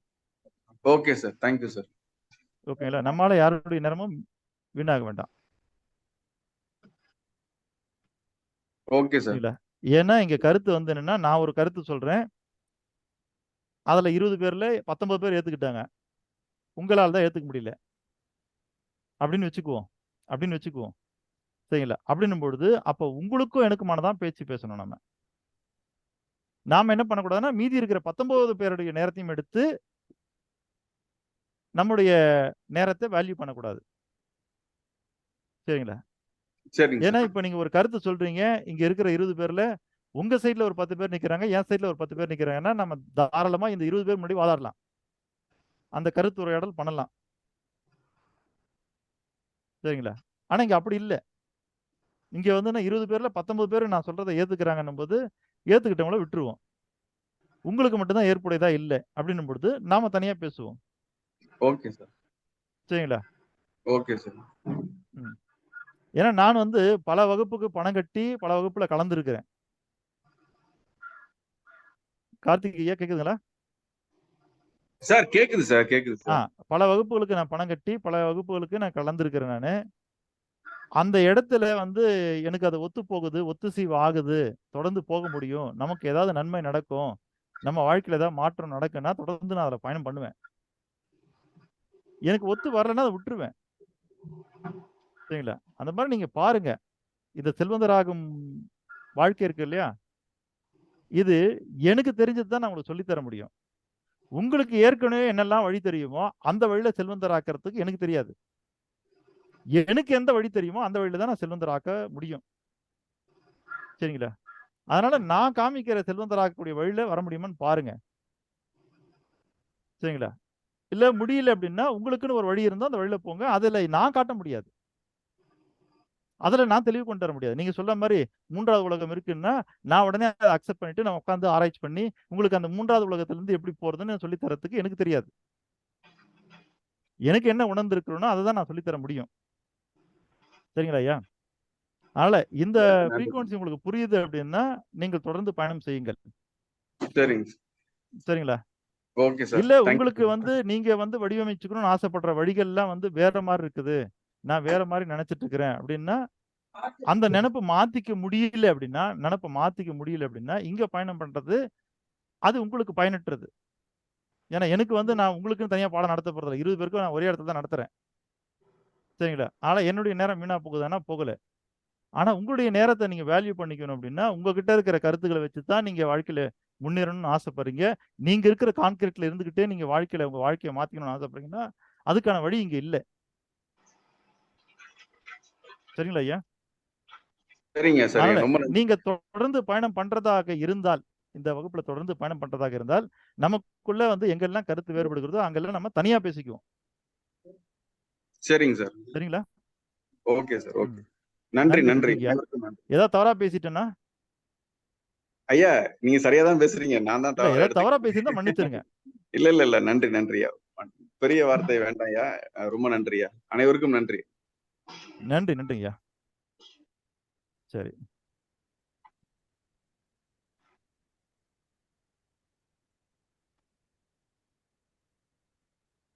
ஓகே. வெளியே போயிட்டாரு. நல்லது. போகாம இருந்தா இன்னும் நல்லது. நன்றிங்கய்யா. அப்போ என்னன்னா நம்ம எல்லோருக்குள்ளரையுமே நாம் ஒவ்வொருத்தரும் வாழக்கூடிய உலகம் 2 உலகத்துல வாழ்ந்து கொண்டிருக்கிறோம். ஒன்று அக உலகம், ஒன்று புற உலகம். எல்லாருக்குமான புற உலகம் ஒன்று, அக உலகம் தான் வேறு வேறு மாறுபடுகிறது. இங்க நாம் பார்க்க வேண்டிய மிக முக்கியமான விஷயம் என்ன அப்படின்னு கேட்டீங்கன்னா, உங்க அக உலகத்துல எதை நீங்கள் உருவாக்குகிறீர்களோ அதுதான் புற உலகத்தில் நிகழும். சார் நீங்க சொல்லலாம் ஜூம்னு ஒண்ணு இப்படி வரும், அதுல உட்காந்து நான் இப்படி பேசுவேன் அப்படின்னா நான் நினைச்சு கூட பார்க்கலையே அப்படின்னு நீங்க சொல்லுவீங்க. அப்ப நினைச்சு கூட பார்க்கலையேன்னு சொல்லக்கூடிய வார்த்தையை எது சொல்கிறது என்றால் உங்களுடைய விழிப்பு மனம், விளிம்பு மனம். சரிங்களா? அப்போ நாம் செய்யக்கூடிய செயல்கள்ல நீங்க கவனத்தோட செய்யக்கூடிய செயல்கள்னு ஒண்ணு இருக்குது, கவனம் இல்லாமல் செய்யக்கூடிய செயல்கள்னு ஒண்ணு இருக்குது, இதை தாண்டி அனிச்சை செயல்கள்னு ஒண்ணு இருக்குது. அது என்னங்க அனிச்சை செயல்? சார் நாம ஒரு விஷயத்த மனசுக்குள்ள ப்ரோக்ராம் பண்ணி வச்சிட்டோம்னா நாம கமெண்ட் கொடுக்காமயே அது தன்னால இயங்குறது சார். நீங்க அன்னைக்கு சொன்னீங்கல்ல சார், அதுதான் இந்த இடத்துல நாம கமாண்ட் கொடுக்காமலே அப்படின்னா என்னன்னா விழிப்பு மனம் கமாண்ட் கொடுக்காமலேயே மைய மனம் கொடுக்கிற கமாண்ட் தான் அந்த அனிச்சை செயல். அன்னைக்கு நீங்க சொன்னீங்கல்ல சார், கார் ஓட்டுறது எக்ஸாம்பிள் சொன்னீங்க. 2 மனமும் கமாண்ட் பண்ணாம அது செய்ய முடியாது. ஓகேங்களா? அதே போல இப்ப நாம் பார்க்கிறது ஒரு வீடு கட்டுறதாக இருந்தா நமக்கு என்ன பண்ணணும், அந்த வீடை எப்படி கட்ட போறோம்ன்றதுக்கான ஒரு ப்ளூ பிரிண்ட் வேணும். சரிங்களா? ப்ளூ பிரிண்ட் இல்லாம வீடு கட்ட முடியுமா? முடியாது சார். கட்ட முடியும். ப்ளூ பிரிண்ட் இல்லாம வீடு கட்ட முடியும். ஆனா அது உங்க மனசுல இருக்கிற அதே வீடு மாதிரி இருக்காது.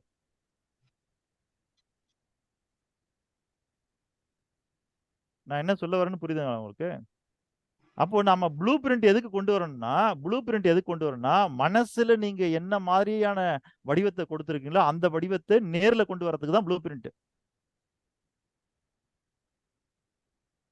சரிங்களா? அந்த ப்ளூ பிரிண்ட் இல்லைன்னா என்ன ஆகுன்னா மனசுல இருக்கிற வடிவத்தை நீங்க நினைச்சுக்கிட்டே வீடு கட்டும்போது அது வேற வடிவத்துக்கு வந்துடும்.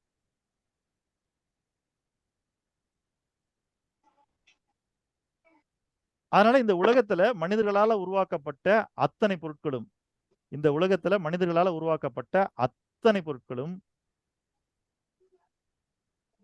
முதலில் உருவாக்கப்பட்ட இடம் மனம். அகமனம். சரிங்களா ஐயா?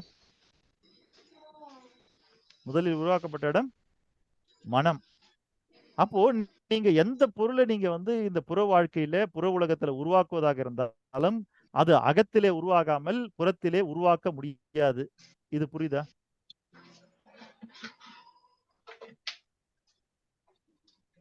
நான் நினைச்சு கூட பார்க்கலைங்க என் வாழ்க்கையில் இப்படி நடக்கணும் அப்படின்னு சொல்லுவாங்க. அப்படின்னா என்னன்னா, உங்களுடைய விழிப்பு மனம் நினைத்து பார்க்கவில்லை, ஆனால் அது உங்களுடைய மைய மனதில் இருந்த காரணத்தினால் தான் அது உங்க வாழ்க்கையிலே நிகழ்ந்தது. நீங்க கம்ப்யூட்டர் எடுத்துக்கிட்டீங்கன்னா கம்ப்யூட்டரை 3 பிரிவா பிரிச்சுக்கலாம். என்ன அந்த 3 பிரிவுனா, ஒரு பிரிவு இன்புட் டிவைஸ், இன்னொரு பிரிவு அவுட்புட் டிவைஸ், இன்னொன்று CPU, சென்ட்ரல் ப்ராசஸிங் யூனிட். இப்படிதான் நம்முடைய ஒட்டுமொத்தமான வாழ்க்கையும் செயல்படுகிறது. அப்போ இன்று நம்ம பார்க்கக்கூடிய புற வாழ்க்கையில் நடக்கிற அத்தனை செயல்களும் அவுட்புட். புரியுதுங்களா? அப்ப இன்னும் 2 விஷயம் இருக்குது. என்னென்ன இருக்கு?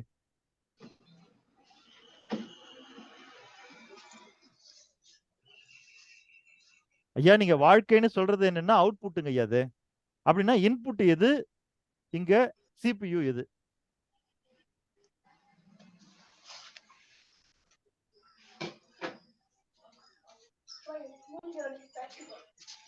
மையமனம் தான் இன்புட்.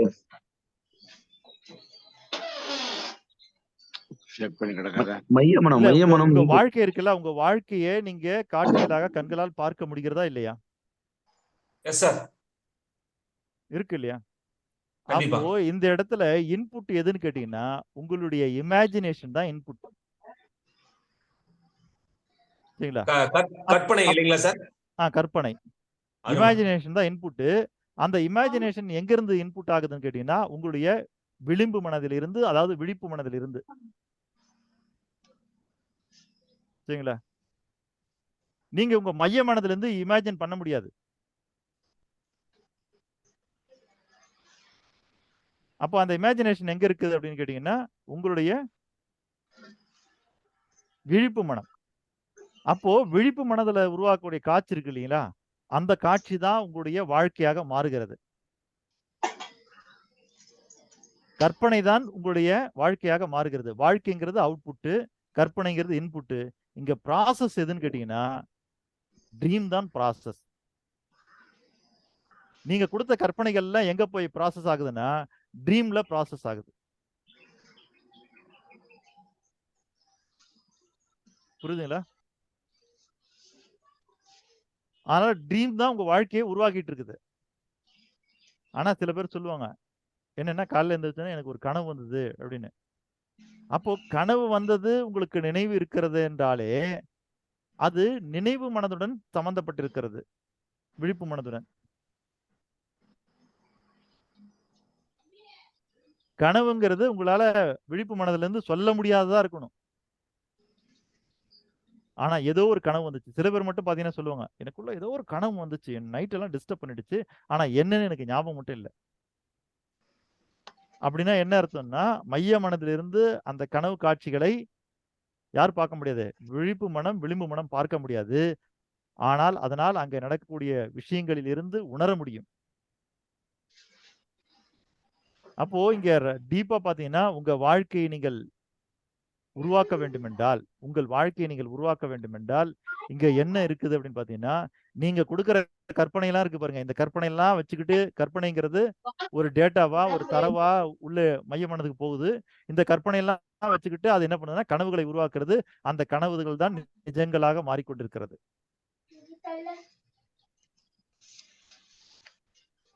இதுல ஏதாவது உங்களுக்கு சந்தேகமோ ஐயமோ இருக்கிறதா?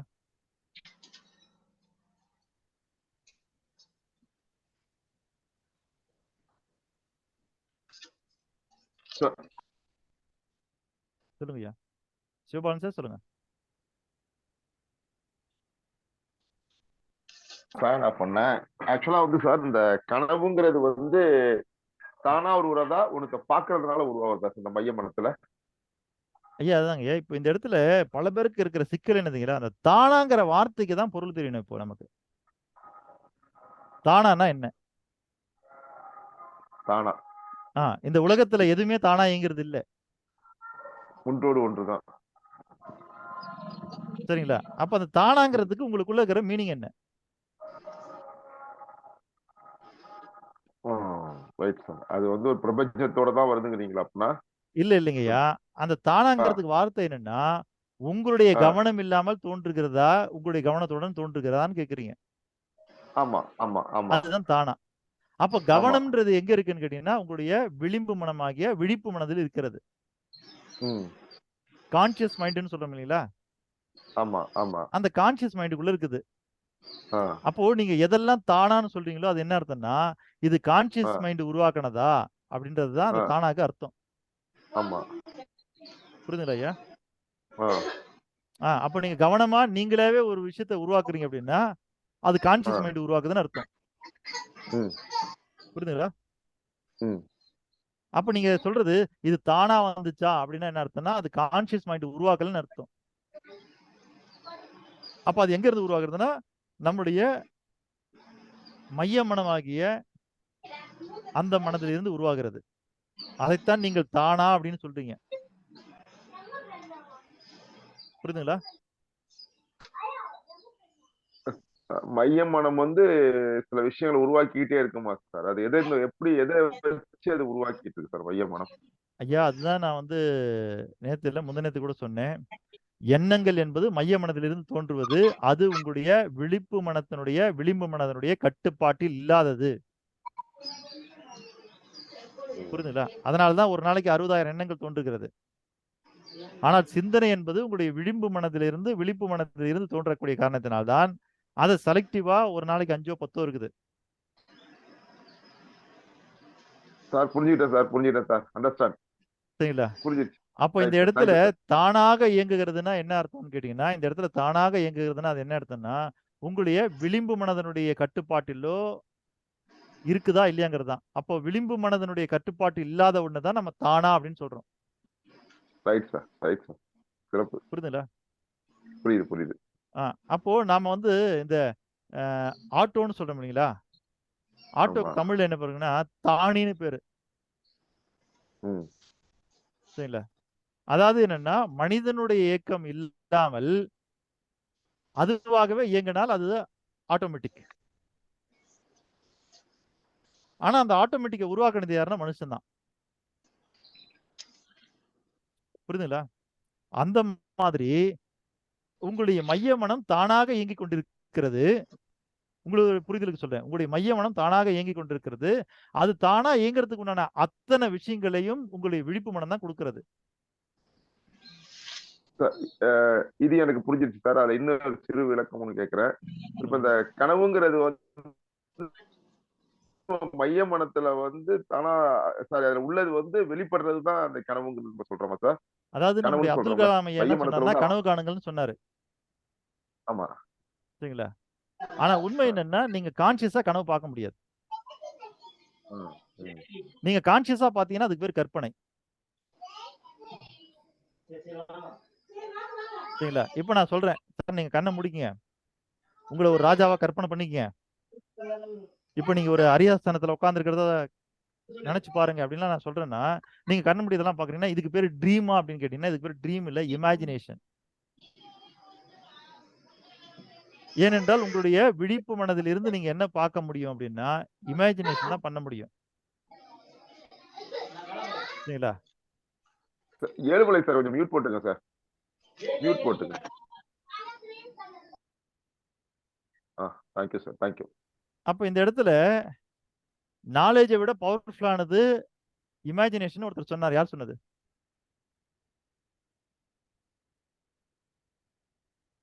ஆல்பர்ட் ஐன்ஸ்டைன் சொன்னாரு. ஆல்பர்ட் ஐன்ஸ்டைன் சொன்னாரு. எவ்வளவு பெரிய விஞ்ஞானி. அவர் ஏன் அந்த வார்த்தையை சொன்னார்னா நாலேஜ் உங்களுடைய வாழ்க்கையை உருவாக்காது, இமேஜினேஷன் தான் உருவாக்கி கொண்டிருக்கிறது. அந்த இமேஜினேஷனை உருவாக்குறதுக்கு தான் உங்களுக்கு நாலேஜ் பயன்படுது.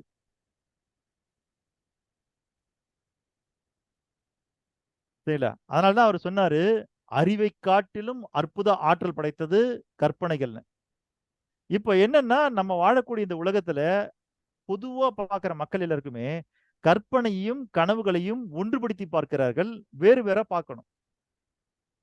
சார் இது சொன்னீங்களா சார் அறிவை காட்டியதும் அறிவை காட்டிலும் மிகப்பெரிய ஆற்றல் கொண்டது உங்களுடைய கற்பனைகள்.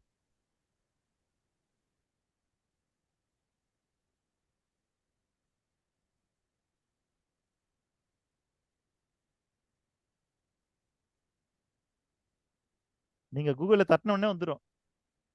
சரிங்களா? அது ஆங்கிலத்துல சரியா சொல்றேனான்னு எனக்கு தெரியல. இருந்தாலும் நான் சொல்றேன் நானு. சரிங்களா? இமேஜினேஷன் மோர் இம்பார்ட்டன்ட் நாலேஜ் அப்படின்னு போட்டீங்கன்னா ஐன்ஸ்டீன் வந்து நிப்பார். அது imagination is more powerful than knowledge சொல்லுவாங்க, அவ்வளவுதான், வேற ஒண்ணும் இல்ல. அதான் ஓகே. அப்போ அந்த விஷயம் என்னன்னா, உங்களுடைய நாலேஜை விட பெருசுதுன்னா இமேஜினேஷன் தான்.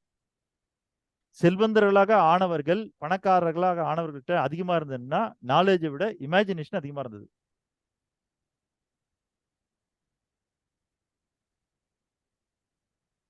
அப்போ நீங்க எதை இமேஜினேஷன் பண்ணிக்கிட்டே இருக்கிறீங்களோ அது உங்க வாழ்க்கையாக மாறும். எப்படி மாறும்னா, இமேஜினேஷன் இன்புட்டு, சரிங்களா, சிபியு வந்து ட்ரீமு, லைஃப் அவுட்புட்.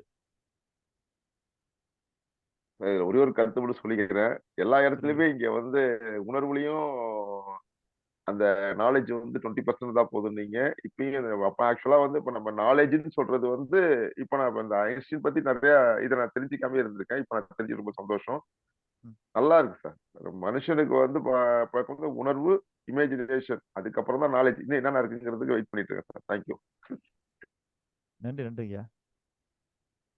ஐயா ஒரு சிறு விண்ணப்பம். அறிவை காட்டிலும் இன்னொரு சொல்ல முடியுமா? அறிவை காட்டிலும் அறிவை காட்டிலும் மிகப்பெரிய ஆற்றல் கொண்டது உங்களுடைய கற்பனைகள். Yes sir.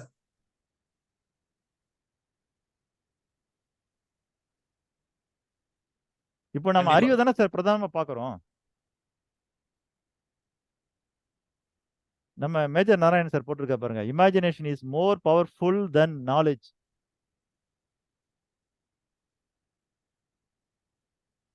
அப்போ நாம எல்லா இடத்துலயும் ஒரு செயலை செய்யும் பொழுது அதை அறிவுபூர்வமாக சிந்திக்கிறோமே தவிர அதை நம்ம இமேஜினேஷன் பண்றது கிடையாது. புரியுதுங்களா? நீங்கள் செல்வந்தராக வேண்டும்னா இமேஜினேஷன் பண்ணணும். இதைத்தான் வந்து என்ன சொல்றேன்னா, இமேஜினேஷன் நம்ம கண்ட்ரோல்ல இருக்குது. நாம இந்த இமேஜினேஷன் கொடுத்தா அதை அப்படியே கனவு என்ன பண்ணும்னா அந்த இமேஜினேஷனை ப்ராசஸ் பண்ணி அது உங்களுக்கு லைஃபா கொடுக்கறது எதுன்னா அந்த சிபியு எதுன்னு கேட்டீங்கன்னா அதான் கனவு. அப்போ என்னதான் நீங்க கம்ப்யூட்டர்ல இன்புட் டிவைஸ் அவுட்புட் டிவைஸ்ன்னு சொன்னீங்கன்னாலும் சிபியுக்கு தான் வேல்யூ அதிகம். ஆனா சிபியு இன்புட் இல்லாம வேலை செய்ய முடியுமா? இன்புட் டிவைஸ் இல்லாம சிபியு வேலை செய்ய முடியுமான்னா என்ன பலன் இருக்குன்னு யோசிச்சு பாருங்க. இல்ல. அதனால இங்க சிபியுக்கு தான் வேல்யூ அதிகன்றதுனால நம்முடைய மேதகு அப்துல் கலாம் ஐயா அவர்கள் என்ன சொல்லிட்டாங்கன்னா, கனவு காணுங்கள்னு சொல்லிட்டாரு. ஆனா நீங்க கனவை கான்சியஸ்ல இருந்து பார்க்க முடியாது. அப்படி ஒருவேளை கான்சியஸ்ல இருந்து நீங்க பாக்குறீங்க, கண்ண மூடி நான் கனவு பாக்குறேன் சார் அப்படின்னீங்கன்னா அதுக்கு பேர் கற்பனை.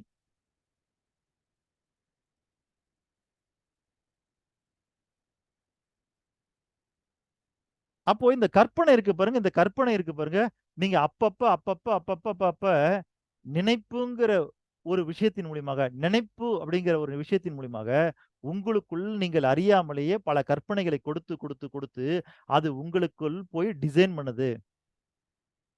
எப்படி டிசைன் பண்ணதா நம்ம ஏற்கனவே சொன்னோம். முன்ன வந்து பிலிம் ரோல் இருக்கும்போது அந்த பிலிமை எப்படி டெவலப் பண்ணுவாங்கன்னா டார்க் ரூம்ல போய் டெவலப் பண்ணுவாங்க.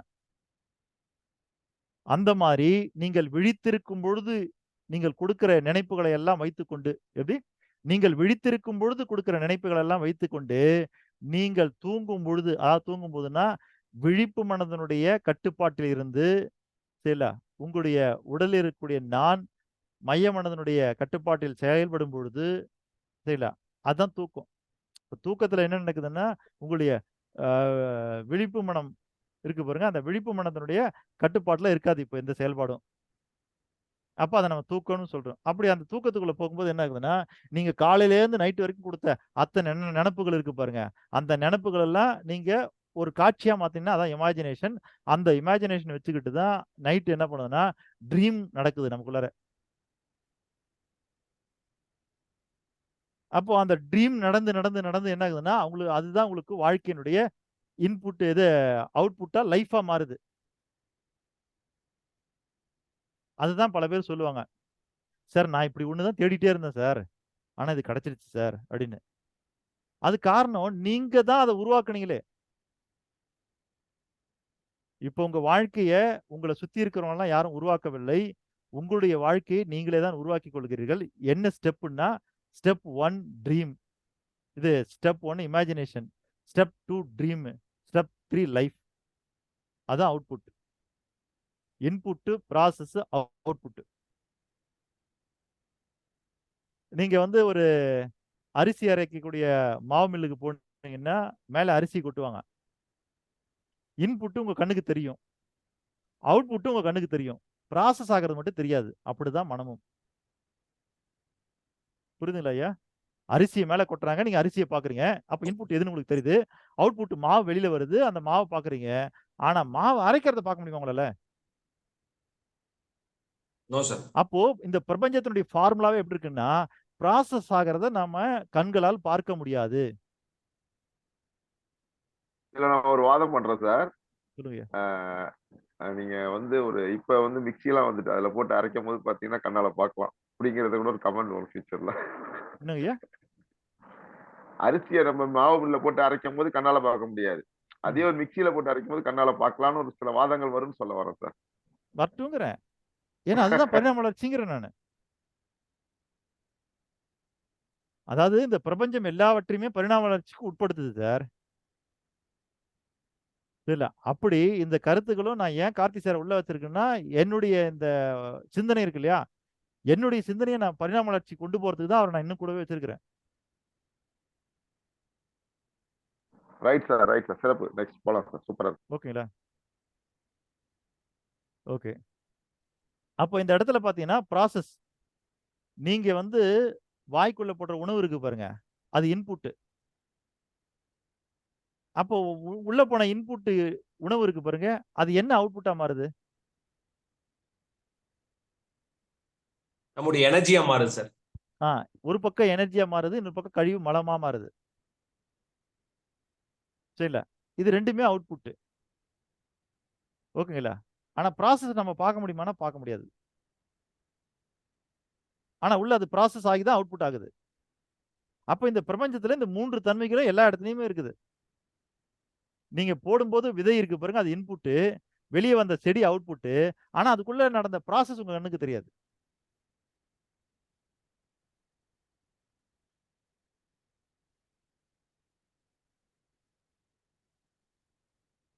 இன்னைக்கு இருக்கிறதுல பெரிய சிக்கல் என்னதுங்களா, இன்னும் நம்மளால வந்து 2 இட்லியை போட்டா இந்த உடம்புக்குள்ள போய் அது ஜீரணமாகி ரத்தமா மாறுது. அப்ப நம்ம எல்லாம் கண்டுபிடிச்சோம். என்ன கண்டுபிடிச்சோம்னா, இன்புட் என்ன, இது எப்படி ப்ராசஸ் ஆகுது, எப்படி அவுட்புட் ஆகுது, இதெல்லாம் பார்த்துட்டோம். ஆனாலும் கூட இதை வந்து நம்ம மனித உடல் இல்லாத ஒரு இயந்திரத்தை உருவாக்கி அதுக்குள்ள 2 இட்லியை போட்டு அதை ரத்தமா வர வைக்கிறதுக்காக பல கோடியில வந்து ஆராய்ச்சிகள் நடைபெற்றும் இன்னும் அது வந்து சக்சஸ் ஆகல.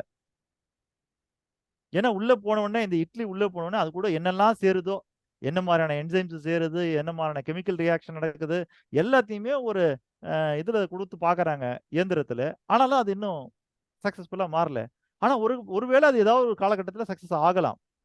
ஏன்னா அதான் பரிணாம வளர்ச்சி. இந்த இயற்கையை வந்து நான் இன்னைக்கு அதுதான் சொல்ல வரேன். நீங்க அறிவியல்ல வந்து இன்னைக்கு எதை உண்மைன்றீங்களோ அது நாளைக்கு உண்மை இல்லைன்னு ஆக்கிடும். இன்னைக்கு எது உண்மை இல்லைன்னு சொல்றீங்களோ அது நாளைக்கு உண்மையா மாறிடும். இந்த மாற்றங்கள் நடந்து கொண்டே இருக்கும். அப்படி நடந்து கொண்டே இருந்ததா இது பரிணாம வளர்ச்சி. ஆகவே இதுவரைக்கும் மனிதன் கண்டுபிடிக்கப்பட்ட எதுவுமே அவ்வளவுதான், இதுதான் இறுதி நிலை அப்படின்னு ஒண்ணு எட்டவே இல்லை இது வரைக்கும். அது அடுத்த நிலை, அடுத்த நிலை, அடுத்த நிலைன்னு போயிட்டே தான் இருக்குது. காரணம் என்ன? அதுதான் பரிணாம வளர்ச்சி. அந்த பரிணாம வளர்ச்சியை தான் நம்ம வாழ்க்கையில் நம்ம பயன்படுத்திக்கணும். எப்படி பயன்படுத்திக்கிறதுனா, உங்களுக்குள்ள இப்ப போகக்கூடிய இந்த சிந்தனைகள் இருக்கு பாருங்க, முதல்ல ஒரு சிந்தனையில செல்வந்தன் ஆகிறதுக்கு சிந்தனையில ஆரம்பிச்சு அதுக்கு பிறகு அதை ஒரு இமேஜினேஷனா மாத்தி அந்த இமேஜினேஷன் உங்க கனவுல சரிங்களா செயல்பட்டு அந்த கனவுல இருந்து அது அப்படியே உங்களுடைய செயலாக வெளியில வந்து அந்த செயல்கள் மூலியமா கொஞ்சம் கொஞ்சமா நீங்கள் நிதர்சனமான ஒரு செல்வந்த வாழ்க்கை வாழ்வதற்கு அது கொண்டு போயிடும். ஆனா யாருமே என்னன்னா இந்த பணம்ன்ற விஷயத்துல பரிணாம வளர்ச்சி அடையணும்னு நினைக்க மாட்டேங்கிறாங்க. நாளைக்கு ஆயிடணும். அங்கதான் சிக்கல் ஏற்படுது. சரிங்களா? அப்போ இந்த இடத்துல நம்ம பார்க்கக்கூடிய மிக முக்கியமான விஷயம், கற்பனைகள் கனவுகளாக மாறி கனவுகள் நிஜ வாழ்க்கைகளாக மாறிக்கொண்டிருக்கிறது. புரியுதுங்களா? அப்போ உங்களுக்கு நிஜ வாழ்க்கையில ஏதாவது சரியா இல்லை அப்படின்னா அது உங்களுடைய கனவுல இருந்து வந்தது. கனவு ஏதாவது சரியா இல்லை அப்படின்னா அது உங்களுடைய கற்பனையில இருந்து வந்ததுன்னு நீங்க புரிஞ்சுக்கணும். ஆகவே வெளியில இருக்கிறவங்க யாராலையுமே உங்களுடைய வாழ்க்கையை உருவாக்கவே முடியாது. உங்களுக்கு பார்க்கறதுக்கு தெரியலாம். என்னன்னா நான் வந்து ஒரு பொருள் உங்களுக்கு கொடுக்குற மாதிரியோ, நான் ஒரு சேவை செய்யற மாதிரி தெரியலாம். அது அத்தனையுமே உங்களுடைய மனம் உருவாக்கினதுதான்.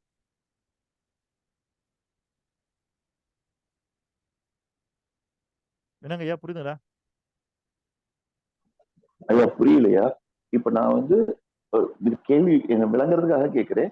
நான் வந்து இப்போ நான் இந்த கிளாஸ் அட்டன் பண்ணணும்னு நினைச்சதுனால நான் இந்த கிளாஸ்ல உங்களோட கனெக்ட் ஆயிருக்கேன்னு சொல்ல வரீங்களா? அப்படி ஆமாங்க ஐயா. எடுத்துக்கலாமா? ம். ஓகே. அதுதான் சொல்றேன். இது எப்படின்னா நீங்க நீங்க இமேஜினேஷன்ல இதையே அதே அசோக் குமாரை பார்த்து இது மாதிரி நீங்க உட்கார்ந்திருக்க மாதிரி பார்த்திருப்பீங்கன்னா கிடையாது. சரிங்களா? உங்களுடைய இமேஜினேஷனுக்கு இல்லையா, அந்த இமேஜினேஷன் உருவாகும் பொழுது ஒரு உணர்வு வெளிப்படும். ஓகேங்களா? உங்களுடைய இமேஜினேஷன் உருவாக்கும் போது ஒரு உணர்வு வெளிப்படும். அது இந்த பிரபஞ்சத்துக்கு போய் என்ன பண்ணுதுன்னா உங்களுடைய செயல்ல திரும்ப அதே உணர்வை கொண்டு வரும். எங்க இது மேட்ச் ஆகும்னு கேட்டீங்கன்னா, காட்சிகள்ல மேட்ச் ஆகாது. சில காட்சிகள்ல மேட்ச் ஆகாது. சில நேரங்கள்ல காட்சிகள்ல மேட்ச் ஆகும். எங்கன்னா சில நேரத்துல நீங்க எடுத்து பார்த்தீங்கன்னா, இதே காட்சி தானே நம்ம ஏற்கனவே பார்த்தோம் அப்படின்னு. அது சில நேரங்கள்ல மேட்ச் ஆகும். ஆனா எது பர்ஃபெக்ட்டா மேட்ச் ஆகும்னா உணர்வுகள். உங்களுக்குள்ள இருக்கிற காட்சிகள் இமேஜினேஷன் ஆகும்போது என்ன உணர்வுகள் வெளிப்படுகிறதோ, அது பிரபஞ்சத்துக்கு போய் நீங்க நைட்டு தூங்கும்போது கனவுக்குள்ளார அதே உணர்வு உள்ள வந்து அது அங்க ப்ராசஸ் ஆகி உங்களுக்கு அவுட்புட்டா லைஃபா மாறும்போது அதே உணர்வு கொண்டு வரும். சரிங்களா? அப்போ இதுக்கு தான் இந்த உணர்வுன்ற லாங்குவேஜ் தேவைப்படுது.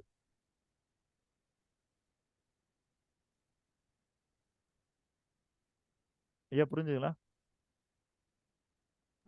மிக தெளிவா புரிஞ்சதுயா. நன்றிங்கய்யா. சரி, இன்றைய நாளினுடைய நிறைவு பகுதிக்கு வந்து விட்டோம். முடிஞ்ச அளவுக்கு நாளையிலேருந்து அப்படி நேரம் செலவாகாம பார்த்துக்கிறேன். சரிங்களா? இன்று நிறைய நேரங்களை எடுத்துக்கொண்டு உங்களுடைய நேரங்கள் எல்லாம் வீண் பண்ணியதற்கு தயவு செய்து அனைவரிடமும் தாழ்மையான மன்னிப்பை கேட்டுக்கொள்கிறேன். அசோக் சார். சொல்லுங்க ஐயா. சார் இப்போ வெங்கடேசன் சார் கேட்டார் இல்லைங்க சார், ம். அதுக்கு ஆக்சுவலா வந்து அந்த ஜோசப் அவரோட புத்தகத்துல ஒரு பதிலே இருக்கு சார். அதுல இப்ப கேட்டார்ல அவர், நான் எப்படி அசோக் சாரோட இந்த கிளாஸுக்கு நான் எப்படி வந்தேன் அப்படின்னு. அவர் வந்து ஏதோ ஒரு விஷயத்துல தன்னோட வாழ்க்கையில ஒரு மாற்றம் தேவை, தனக்கு ஒரு விஷயம் கிடைக்கணும் அப்படின்னு அவர் ஆள் மனசுல அவர் அதிகமா தன்னுடைய இப்ப வாழ்ந்துட்டு இருக்கிற வாழ்க்கையிலிருந்து அடுத்த வாழ்க்கைக்கு போகணுங்கிற எண்ணம் அதிகமாக இருந்ததால் மட்டும்தான் அசோக் சாரை சந்திக்க முடிஞ்சது. வெங்கடேசன் சார் கரெக்டுங்களா? Correct sir. Correct sir. Correct sir. Venkatesan sir correct sir. சரியா சொன்னீங்க. புரிஞ்சது சார். புரிதல் இன்னும் தெளிவா இருக்கு சார். கண்ணன் சார் ரொம்ப நன்றி. அதுக்கு சார் இதுல ஒண்ணு இருக்கு பாருங்க. இது பெரிய பாறை பட் சிறுசா படிச்சிடறேன். ஒரு முறை நானும் ஒரு சில சிறுவர்களும் ஒரு காட்டுக்குள் விளையாடி கொண்டிருந்தோம். ஆனால் சிறிது நேரத்தில் நாங்கள் பாதையை மாறி போய்விட்டோம் என்பது எனக்கு நன்றாக தெரிந்தது. வீட்டுக்கு திரும்பி செல்வதற்கான வழி எங்களுக்கு தெரியவில்லை. என்னுடைய தேவதை எங்கள் அனைவரையும் பாதுகாப்பாக எங்கள் வீட்டுக்கு கூட்டிச் செல்வாள் என்று நான் என் நண்பரிடம் கூறினேன். ஆனால் சில சிறுவர்கள் இதை கேட்டு சிரித்தார்கள். ஆனால் ஒரு குறிப்பிட்ட திசையில் செல்ல வேண்டும் என்ற ஒரு வலிமையான உள்ளுருவை எனக்குள் எழுந்தது. எனவே நானும் சில சிறுவர்களும் அந்த வழியாக சென்று கொண்டிருந்த போது எதிரே ஒரு வேடவனை சந்தித்தோம். அவர் எங்களை காப்பாற்றினார். எங்களுடன் வர மறுத்த சிறுவர்கள் அவர்கள் அந்த வழியை கண்டுபிடிக்கவே முடியவில்லை. எந்த தேவதையும் நம்மை கண்காணித்து கொண்டிருப்பதில்லை. ஆனால் அப்படி ஒரு தேவதை இருப்பதாக நான் கொண்டிருந்த கண்மூடித்தனமான நம்பிக்கை என் ஆள் மனம் ஒரு குறிப்பிட்ட விதத்தில் நடந்து கொள்ளும்படி செய்தது. இதைத்தான் வெங்கடேசன் ஐயாவை இப்பொழுது உங்கள் ஆள் மனம் செய்தது. இது ஜோசப் பர்பி எழுதின தொலையுணர்வு அப்படிங்கிற புத்தகத்துல 72வது பக்கத்துல 3வது பேராவில் இருக்கிறது. இந்த புத்தகத்தை நான் குறைஞ்சது ஒரு 100 முறைக்கு மேல படிச்சிருக்கேன் சார். இந்த புத்தகத்தில் இருக்கக்கூடிய எல்லா பக்கங்களும் எனக்கு தெரியும். நன்றிங்க Ashok Kumar sir. Happy sir. அந்த புத்தகத்தினுடைய 114வது பக்கத்தை எடுங்க. Thank you sir. சார் எடுத்துட்டேங்க சார். எத்தனை பேரா இருக்குது சார்? 114ங்களா சார்? 114 பக்கம் நம்பர் 114. சார் சொல்லுங்க சார். எத்தனை பேரா இருக்குது? 1 2 3 4 பேராங்க சார். 4 பேரா இருக்குல்ல, அதுல 3வது பேரா படிங்க. தான் தன் உயிரை மாய்த்துக் கொள்வது தன்னுடைய பிரச்சனைகளுக்கு எந்த விதத்திலும் தீர்வாகாது என்பது அவர் உள்ளுணர்வு ரீதியாகவும் அறிவு ரீதியாகவும் உணர்ந்தார். துயரத்தில் விடுதலை, மன அமைதி ஆகியவற்றை குறித்து தீவிர விருப்பம்தான் தற்கொலை எண்ணத்தை அவருக்குள் தூண்டியது. ஓஹோ, தன்னுடைய தீவிர மனச்சோர்விலிருந்து விடுபடுவதற்கு தடையாக இருந்த விஷயங்களிலிருந்து அவர் மீள விரும்பினார். மீண்டும் ஒரு முறை படிங்க ஐயா. என்னுடைய இடத்துல பவர் கட் ஆனதுனால என் முகம் உங்களுக்கு எல்லாம் தெரியல. இல்ல, பவர் வந்தோடனே தெரிஞ்சிரும். வந்துருச்சு பவர். ஓகே, சொல்லுங்க ஐயா. சொல்லுங்க சார். மீண்டும் ஒரு முறை படிங்க இதை. தான் தன் உயிரை மாய்த்துக் கொள்வது தன்னுடைய பிரச்சனையை எந்த விதத்திலும் தீர்க்காது என்பதை அவர் உள்ளுணர்வு ரீதியாகவும் அறிவு ரீதியாகவும் உணர்ந்தார்.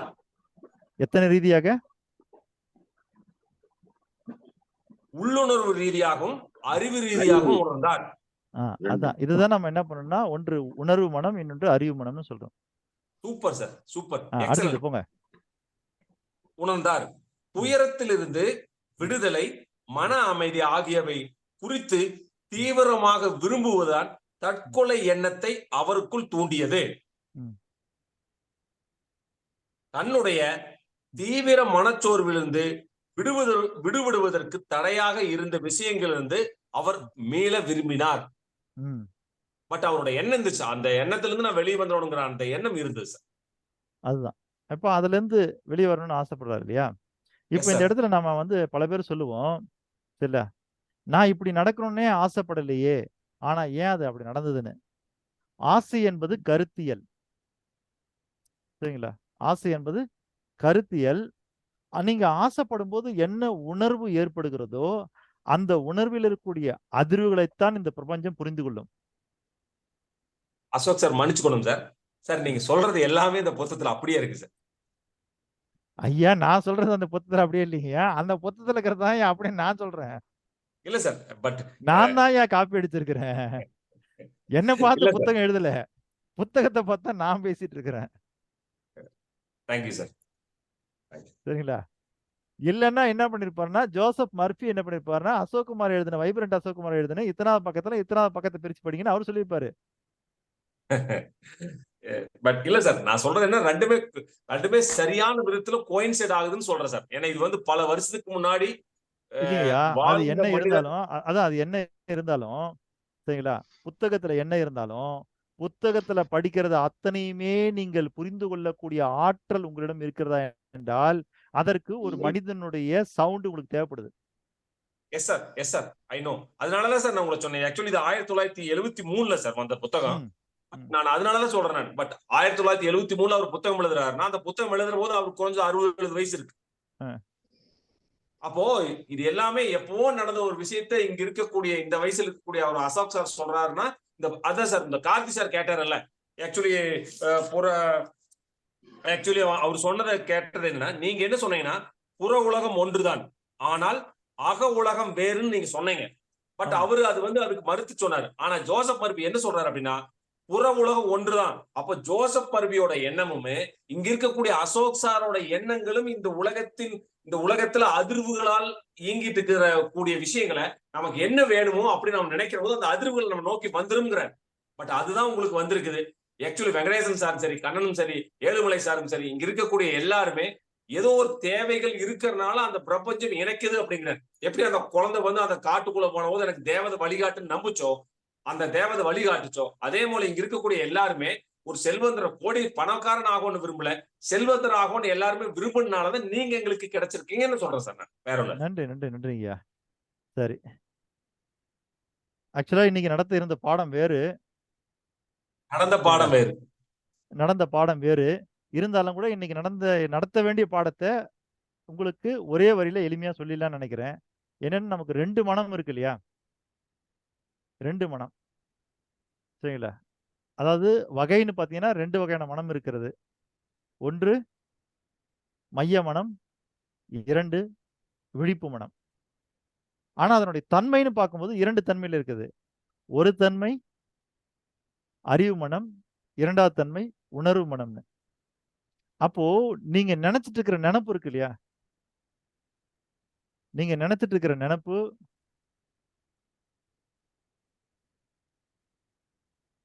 ஓகே, அந்த நினைப்பு இருக்கு பாருங்க, நீங்க நினைச்சிட்டு இருக்கிற அந்த நினைப்பு, அந்த நினைப்பு எப்பயுமே உணர்வுக்கும் அறிவுக்கும் நடுவுல போட்டி நடந்துகிட்டே இருக்கும். நீங்க எதை நினைச்சாலுமே இல்ல, அங்க எது ஜெயிக்கிறதுன்னு தான் நம்ம பார்க்கணும். அப்படி நினைக்கும் பொழுது நீங்க செய்ய வேண்டிய செயல்கள் அல்லது செய்ய நினைக்கின்ற செயல்கள், செய்து கொண்டிருக்கிற செயல்கள், இதெல்லாம் சரியா தப்பா, சரியா தப்பா, சரியா தப்பா அப்படின்னு ஒண்ணு பார்க்கும் மனம். அது என்னன்னா அறிவு மனம். புரியுதுங்களா? சரி, எப்பொழுதும் உணர்வுக்கும் அறிவுக்கும் போட்டி இருந்துகிட்டே இருக்கும்ன்ற.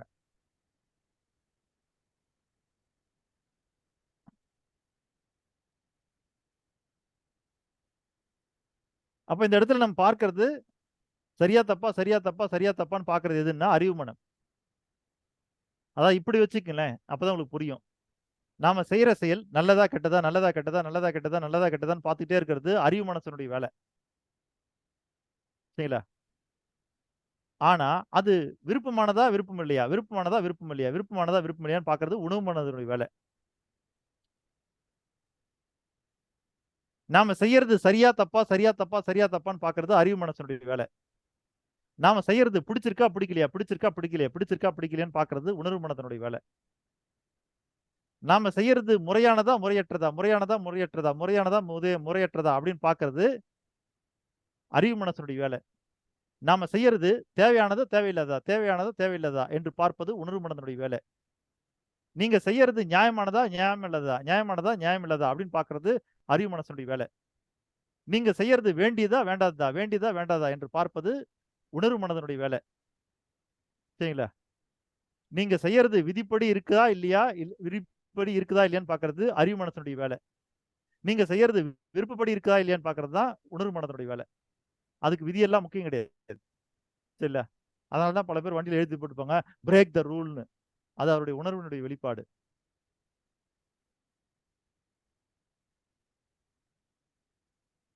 நமக்கு எல்லாருக்குமே தெரியும் வாக்கிங் போறது நல்லதுன்னு. தெரியுமா இல்லையா? Yes sir. ஆனா ஏன் போகலைன்னா உங்க உணர்வு மனம் போக விடல. அறிவு மனம் சொல்லும் டெய்லியும் வாக்கிங் போடா, வாக்கிங் போடா, வாக்கிங் போடான்னு. உங்களுடைய உணர்வு மனம் சொல்லும்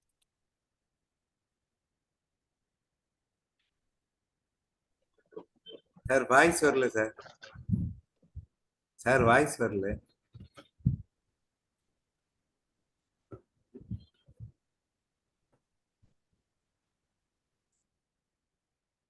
வருது. வாய்ஸ் வரல சார். அந்த கடைசியில வாக்கிங் சொன்னீங்க, அதுல நின்னுட்டு சார். வாக்கிங் போறது அறிவு போய் சொல்லுது, அத சொன்னீங்க. அதுக்கப்புறம் ஏதோ சொன்னீங்க. ஒன்றுமே கேட்கவில்லைங்க சார். வருதுங்களா? இப்ப கேக்குது. வருதுங்க சார். இப்போ வருது. இப்ப கேக்கு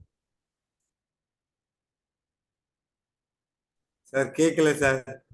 ஏதோ உங்களுக்கு இது ப்ராப்ளம் இப்ப ஆடியோ. கேட்கலைங்க சார். சொன்ன மாதிரி அறிவு மனம் வந்து பேசுன்னு சொல்லுது, ஆனா இன்னொரு பக்கம் பேசாதுன்னு சொல்லுதுன்னு நினைக்கிறேன். இல்லையா? இப்ப கேக்குதா? இப்ப கேக்குது. Yes sir. கேக்குதா? இப்போ கேக்குதா? அறிவு மனம் வந்து பேசுன்னு சொல்லுது, ஆனா உணர்வு மனம் பேசாதுன்னு சொல்லுதா? எப்படி எடுத்துக்கலாம்? இல்ல இல்லையா, அப்படிலாம் இல்ல. இங்க வந்து இது வந்து முழுக்க முழுக்க தொழில்நுட்ப கோளாறு தான். சரிங்களா? நன்றிங்க. இப்போ நீங்க பார்க்கக்கூடிய விஷயம் என்னன்னா, அப்போ இந்த உணர்வு மனமும் அறிவு மனமும் உங்களுக்குள்ள கைமையா கைமையா கைமையான்னு பேசிட்டே தான் இருக்கும். சரிங்களா? இது சரி தப்பு சொல்லிட்டே இருக்கும். அது பிடிச்சது பிடிக்காத பார்த்துக்கிட்டே தான் இருக்கும். இப்போ நாம என்ன பண்ணணும்னா, இந்த சரி தப்புன்னு சொல்லக்கூடிய அறிவு மனம் உங்களுக்குள்ள 80% வேலை செய்யறதா இருந்தா, அதை 20%க்கு மாத்தணும். இந்த விருப்பமானது விருப்பம் இல்லாதெல்லாம் பேசக்கூடிய உணர்வு மனம் இருக்கு பாருங்க, அதனுடைய செயல்பாடை 80%க்கு மாத்தணும். அவ்வளவுதான் விஷயமே. சரிங்களா? ஐயா அந்த நடைப்பயிற்சியை பத்தி சொன்னீங்க, அதை கொஞ்சம் முடிச்சிருங்களேன். எனக்கு கொஞ்சம் ஆர்வமா அதாங்க ஐயா. இருக்கு. அதாவது நடைப்பயிற்சி செய்வது உடம்புக்கு ஆரோக்கியம்னு உங்களுடைய அறிவு மனதுக்கு தெரியும். அதனால உங்களுக்கு அது சொல்லும். எப்பெல்லாம் முடியுமோ நட நட நடன்னு அது சொல்லிட்டே இருக்கும். சரிங்களா? அந்த இடத்துல இந்த உணர்வு மனம் என்ன பண்ணும்னா, இல்ல இல்ல நீ இன்னும் கொஞ்ச நேரம் தூங்கு. சரிங்களா, இன்னும் கொஞ்ச நேரம் தூங்கு, நம்ம அப்புறம் பாத்துக்கலாம். நடக்கிற அளவுக்கு இப்போ உனக்கு என்ன வயசாகி போச்சா, சுகர் வந்துருச்சா, பிபி வந்துருச்சா, ஹார்ட் அட்டாக் வந்துச்சா, என்ன வந்துச்சு, எதுக்கு நீ நடக்கிற அப்படின்னு அது கேள்வி கேட்கும்போது உடனே அறிவு மனம் வந்து இல்ல இல்ல இல்ல அது நடந்தா ரொம்ப நல்லது, திரும்ப திரும்ப அது அதே தான் சொல்லும், நடந்தா நல்லது நடந்தா நல்லதுன்னு தான். ஆனா உணர்வு மனம் என்ன பண்ணுன்னா அதை கொலாப்ஸ் பண்ணி விட்டு உங்களை நடக்க விடாம தூங்க வச்சிடும். அருமை அருமை சார். அப்போ அசோக் சார், ஆக்சுவலி இந்த இடத்துல சார் எனக்கு ஒரு பெரிய ஒரு விஷயமே, இந்த உணர்வை நாம எப்படி நம்மளுடைய கண்ட்ரோலுக்குள்ள கொண்டு வர்றது? ஐயா உணர்வுகளை நீங்க கண்ட்ரோலுக்குள்ள கொண்டு வரவேணா. புரியுதுங்களா ஐயா? சார் நான் காலையில இல்ல இல்ல நான் சொல்லிடுறேன் உங்களுக்கு.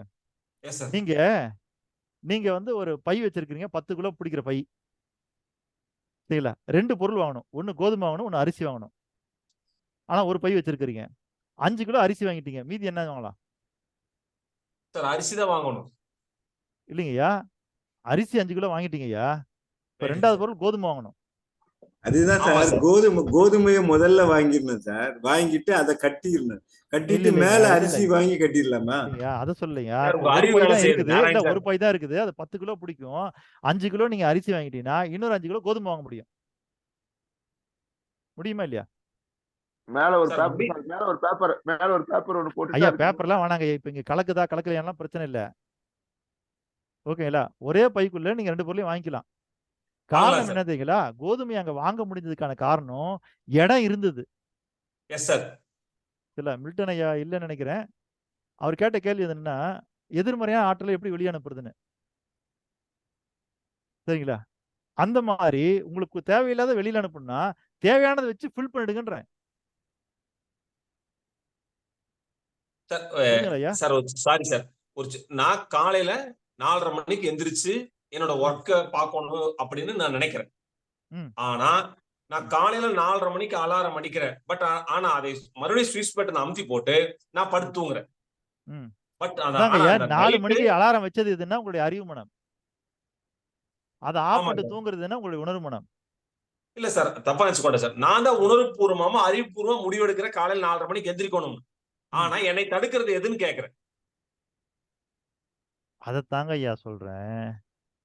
இல்ல காலையில எந்திரிக்கணும்னு நீங்க நினைக்கிறீங்க பாருங்க, அதுல அந்த நினைப்பு 80% அறிவு மனம், ஆமா சார். 20% உணர்வு மனம். காலையில ஆஃப் பண்ணிட்டு படுக்கிறதுன்னா 80% உணர்வு மனம், 20% அறிவு மனம். நீங்க நைட்டு அலாரம் வைக்கும்போது இருந்த மனம் இருக்கு இல்லையா, காலையில எந்திரிக்கும் போது அந்த ரேஷியோ அப்படியே தலைகீழா மாறிடுது. எஸ் சார், அது இல்ல. ஆமா ஓகேங்களா, இதுக்கெல்லாம் என்ன காரணம்னா, அதான் சொல்ல, இதுக்கெல்லாம் என்ன காரணம், நீங்க கொடுக்குற இன்புட் தான் காரணம்.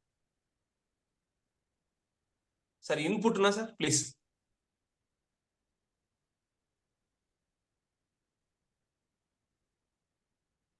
இன்புட்னா உங்களுடைய அறிவு மனதையும் சார், உணர்வு மனதையும் தவறா சொல்லிடுங்க. உங்களுடைய அறிவு மனம் அடுத்த இருக்கு இல்லையா, நிகழ்ச்சிக்கு ரெடி ஆயிட்டாங்க வர்றாங்க. அறிவு அதனால மனம் இருக்கு இல்லைங்களா ஐயா, அறிவு மனம் இயங்குறதும் உணர்வு மனம் இயங்குறதும் இன்புட்னால தான் இயங்குது. நம்மளோட பதிவுகள்னால. Yes sir, yes sir. இல்ல அது பதிவுகள் மட்டும் இல்ல, அது நிறைய இருக்குது அதுல. சரி, அதெல்லாம் தான் நீங்க ஒரு வருஷம் பார்க்க போறீங்க.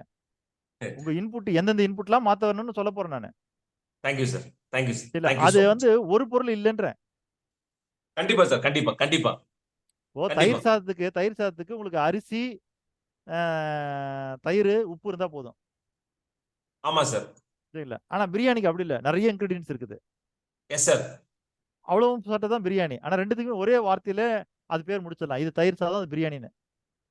கண்டிப்பா. ஆனா பட் இன்கிரிடியன்ஸ் வேற வேற. Yes sir. இன்கிரீடியன்ஸ் அதிகமா வந்து தேவை. மாறுபடுது இல்லையா, அந்த மாதிரி நீங்க எஸ் சார். கேள்வி ஒரு வார்த்தையில் நீங்க கேட்டீங்க, ஆனா அதோட இன்கிரீடியன்ஸ் ரொம்ப பெருசு. ஓகேங்களா, ஏதாவது ஒரு பொருளா இருந்தா நான் உடனே சொல்லுவேன் நானு. அதான் சார், சீக்கிரமா செல்வந்தர் ஆயிலன்னு ஒரு ஆசை தான் சார், வேற ஒண்ணு இல்ல. ஆகலாங்க ஐயா, சீக்கிரமா செல்வந்தர் ஆகலாம். ஆனா அந்த சீக்கிரமா ஆகிறதுக்கு கத்துக்கிற வழி இருக்கு இல்லையா, குறைஞ்சது ஒரு வருஷம் ஆகும். அதான் கொஞ்சம் லாங் பீரியடா தெரியுது சார்.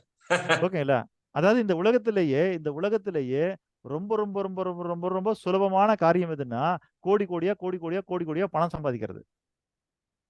Yes sir. சரிங்களா, ஆனா இந்த உலகத்துல ரொம்ப ரொம்ப ரொம்ப கஷ்டமான விஷயம் என்ன? அதுவும் பணம் சம்பாதிக்கிறதா சார்? இல்ல நான் தான் அதான் சுலபம்னு சொல்லிட்டேனே, உலகத்திலே ரொம்ப ரொம்ப ரொம்ப ரொம்ப அதை சுலபமான விஷயம் காப்பாத்துறது. அதை சேர்த்து வைக்கிறது.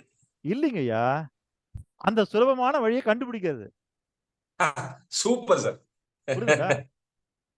சார் நீங்க நினைச்சீங்கன்னா இந்த உலகத்துல அப்படி செகண்ட் பண்றதுக்குள்ள உங்க அக்கௌண்ட்ல 100 கோடி ரூபாய் இழக்க முடியும் சார். புரியுதுங்களா? Yes sir. நீங்க விரும்புறதுக்குள்ளார என்ன பண்ண முடியும்? நீங்க அப்படி ஒவ்வொரு செகண்டுக்கும் நீங்க 100 கோடி ரூபாய் சம்பாதிக்க முடியும். கண்டிப்பா. ஆனா அதுக்கான வழியை நீங்க கண்டுபிடிச்சிருக்கணும்ல. அதுதான் உலகத்துல ரொம்ப ரொம்ப ரொம்ப ரொம்ப கஷ்டமான விஷயம். நாம எல்லாம் என்ன பண்றோம்னா அந்த கஷ்டமான வழி இருக்கு பாருங்க, அதை கண்டுபிடிக்காம எளிமையா அடையறதுக்கு மட்டுமே ஆசைப்படுறோம்.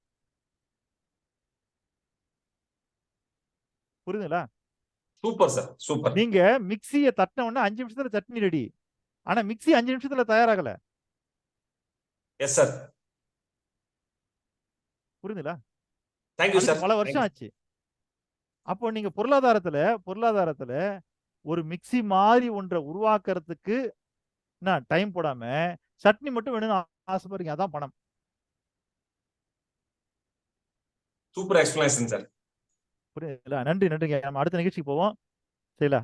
நம்ம தொடர்ந்து இதுவே கட் பண்ணிட்டு பண்ணிடலாம் சார். இதுலயே நான் கட் பண்ணலாம். சரி, ஓகே. இல்ல நீங்க தான் நன்றி. நீங்க தான் ரெக்கார்டிங் க்ளோஸ் பண்ணுங்க. இல்ல நான் கூட இல்லையே. நீங்க தான் ஹோஸ்ட் சார். அதான் சார், நானே ஹோஸ்ட் இல்ல, நீங்க தான் ஹோஸ்ட் இருக்கீங்க. இல்ல நீங்க தான் இருக்கிறீங்க. நான் மாத்தி கொடுத்து இப்போ மாறிடுச்சு. அதான் மாறிடுச்சு. நீங்க உள்ள வந்தோன்னா மாறிட்டு இருக்குன்னு நினைக்கிறேன். அப்படியா? சரி, நான் ஸ்டாப்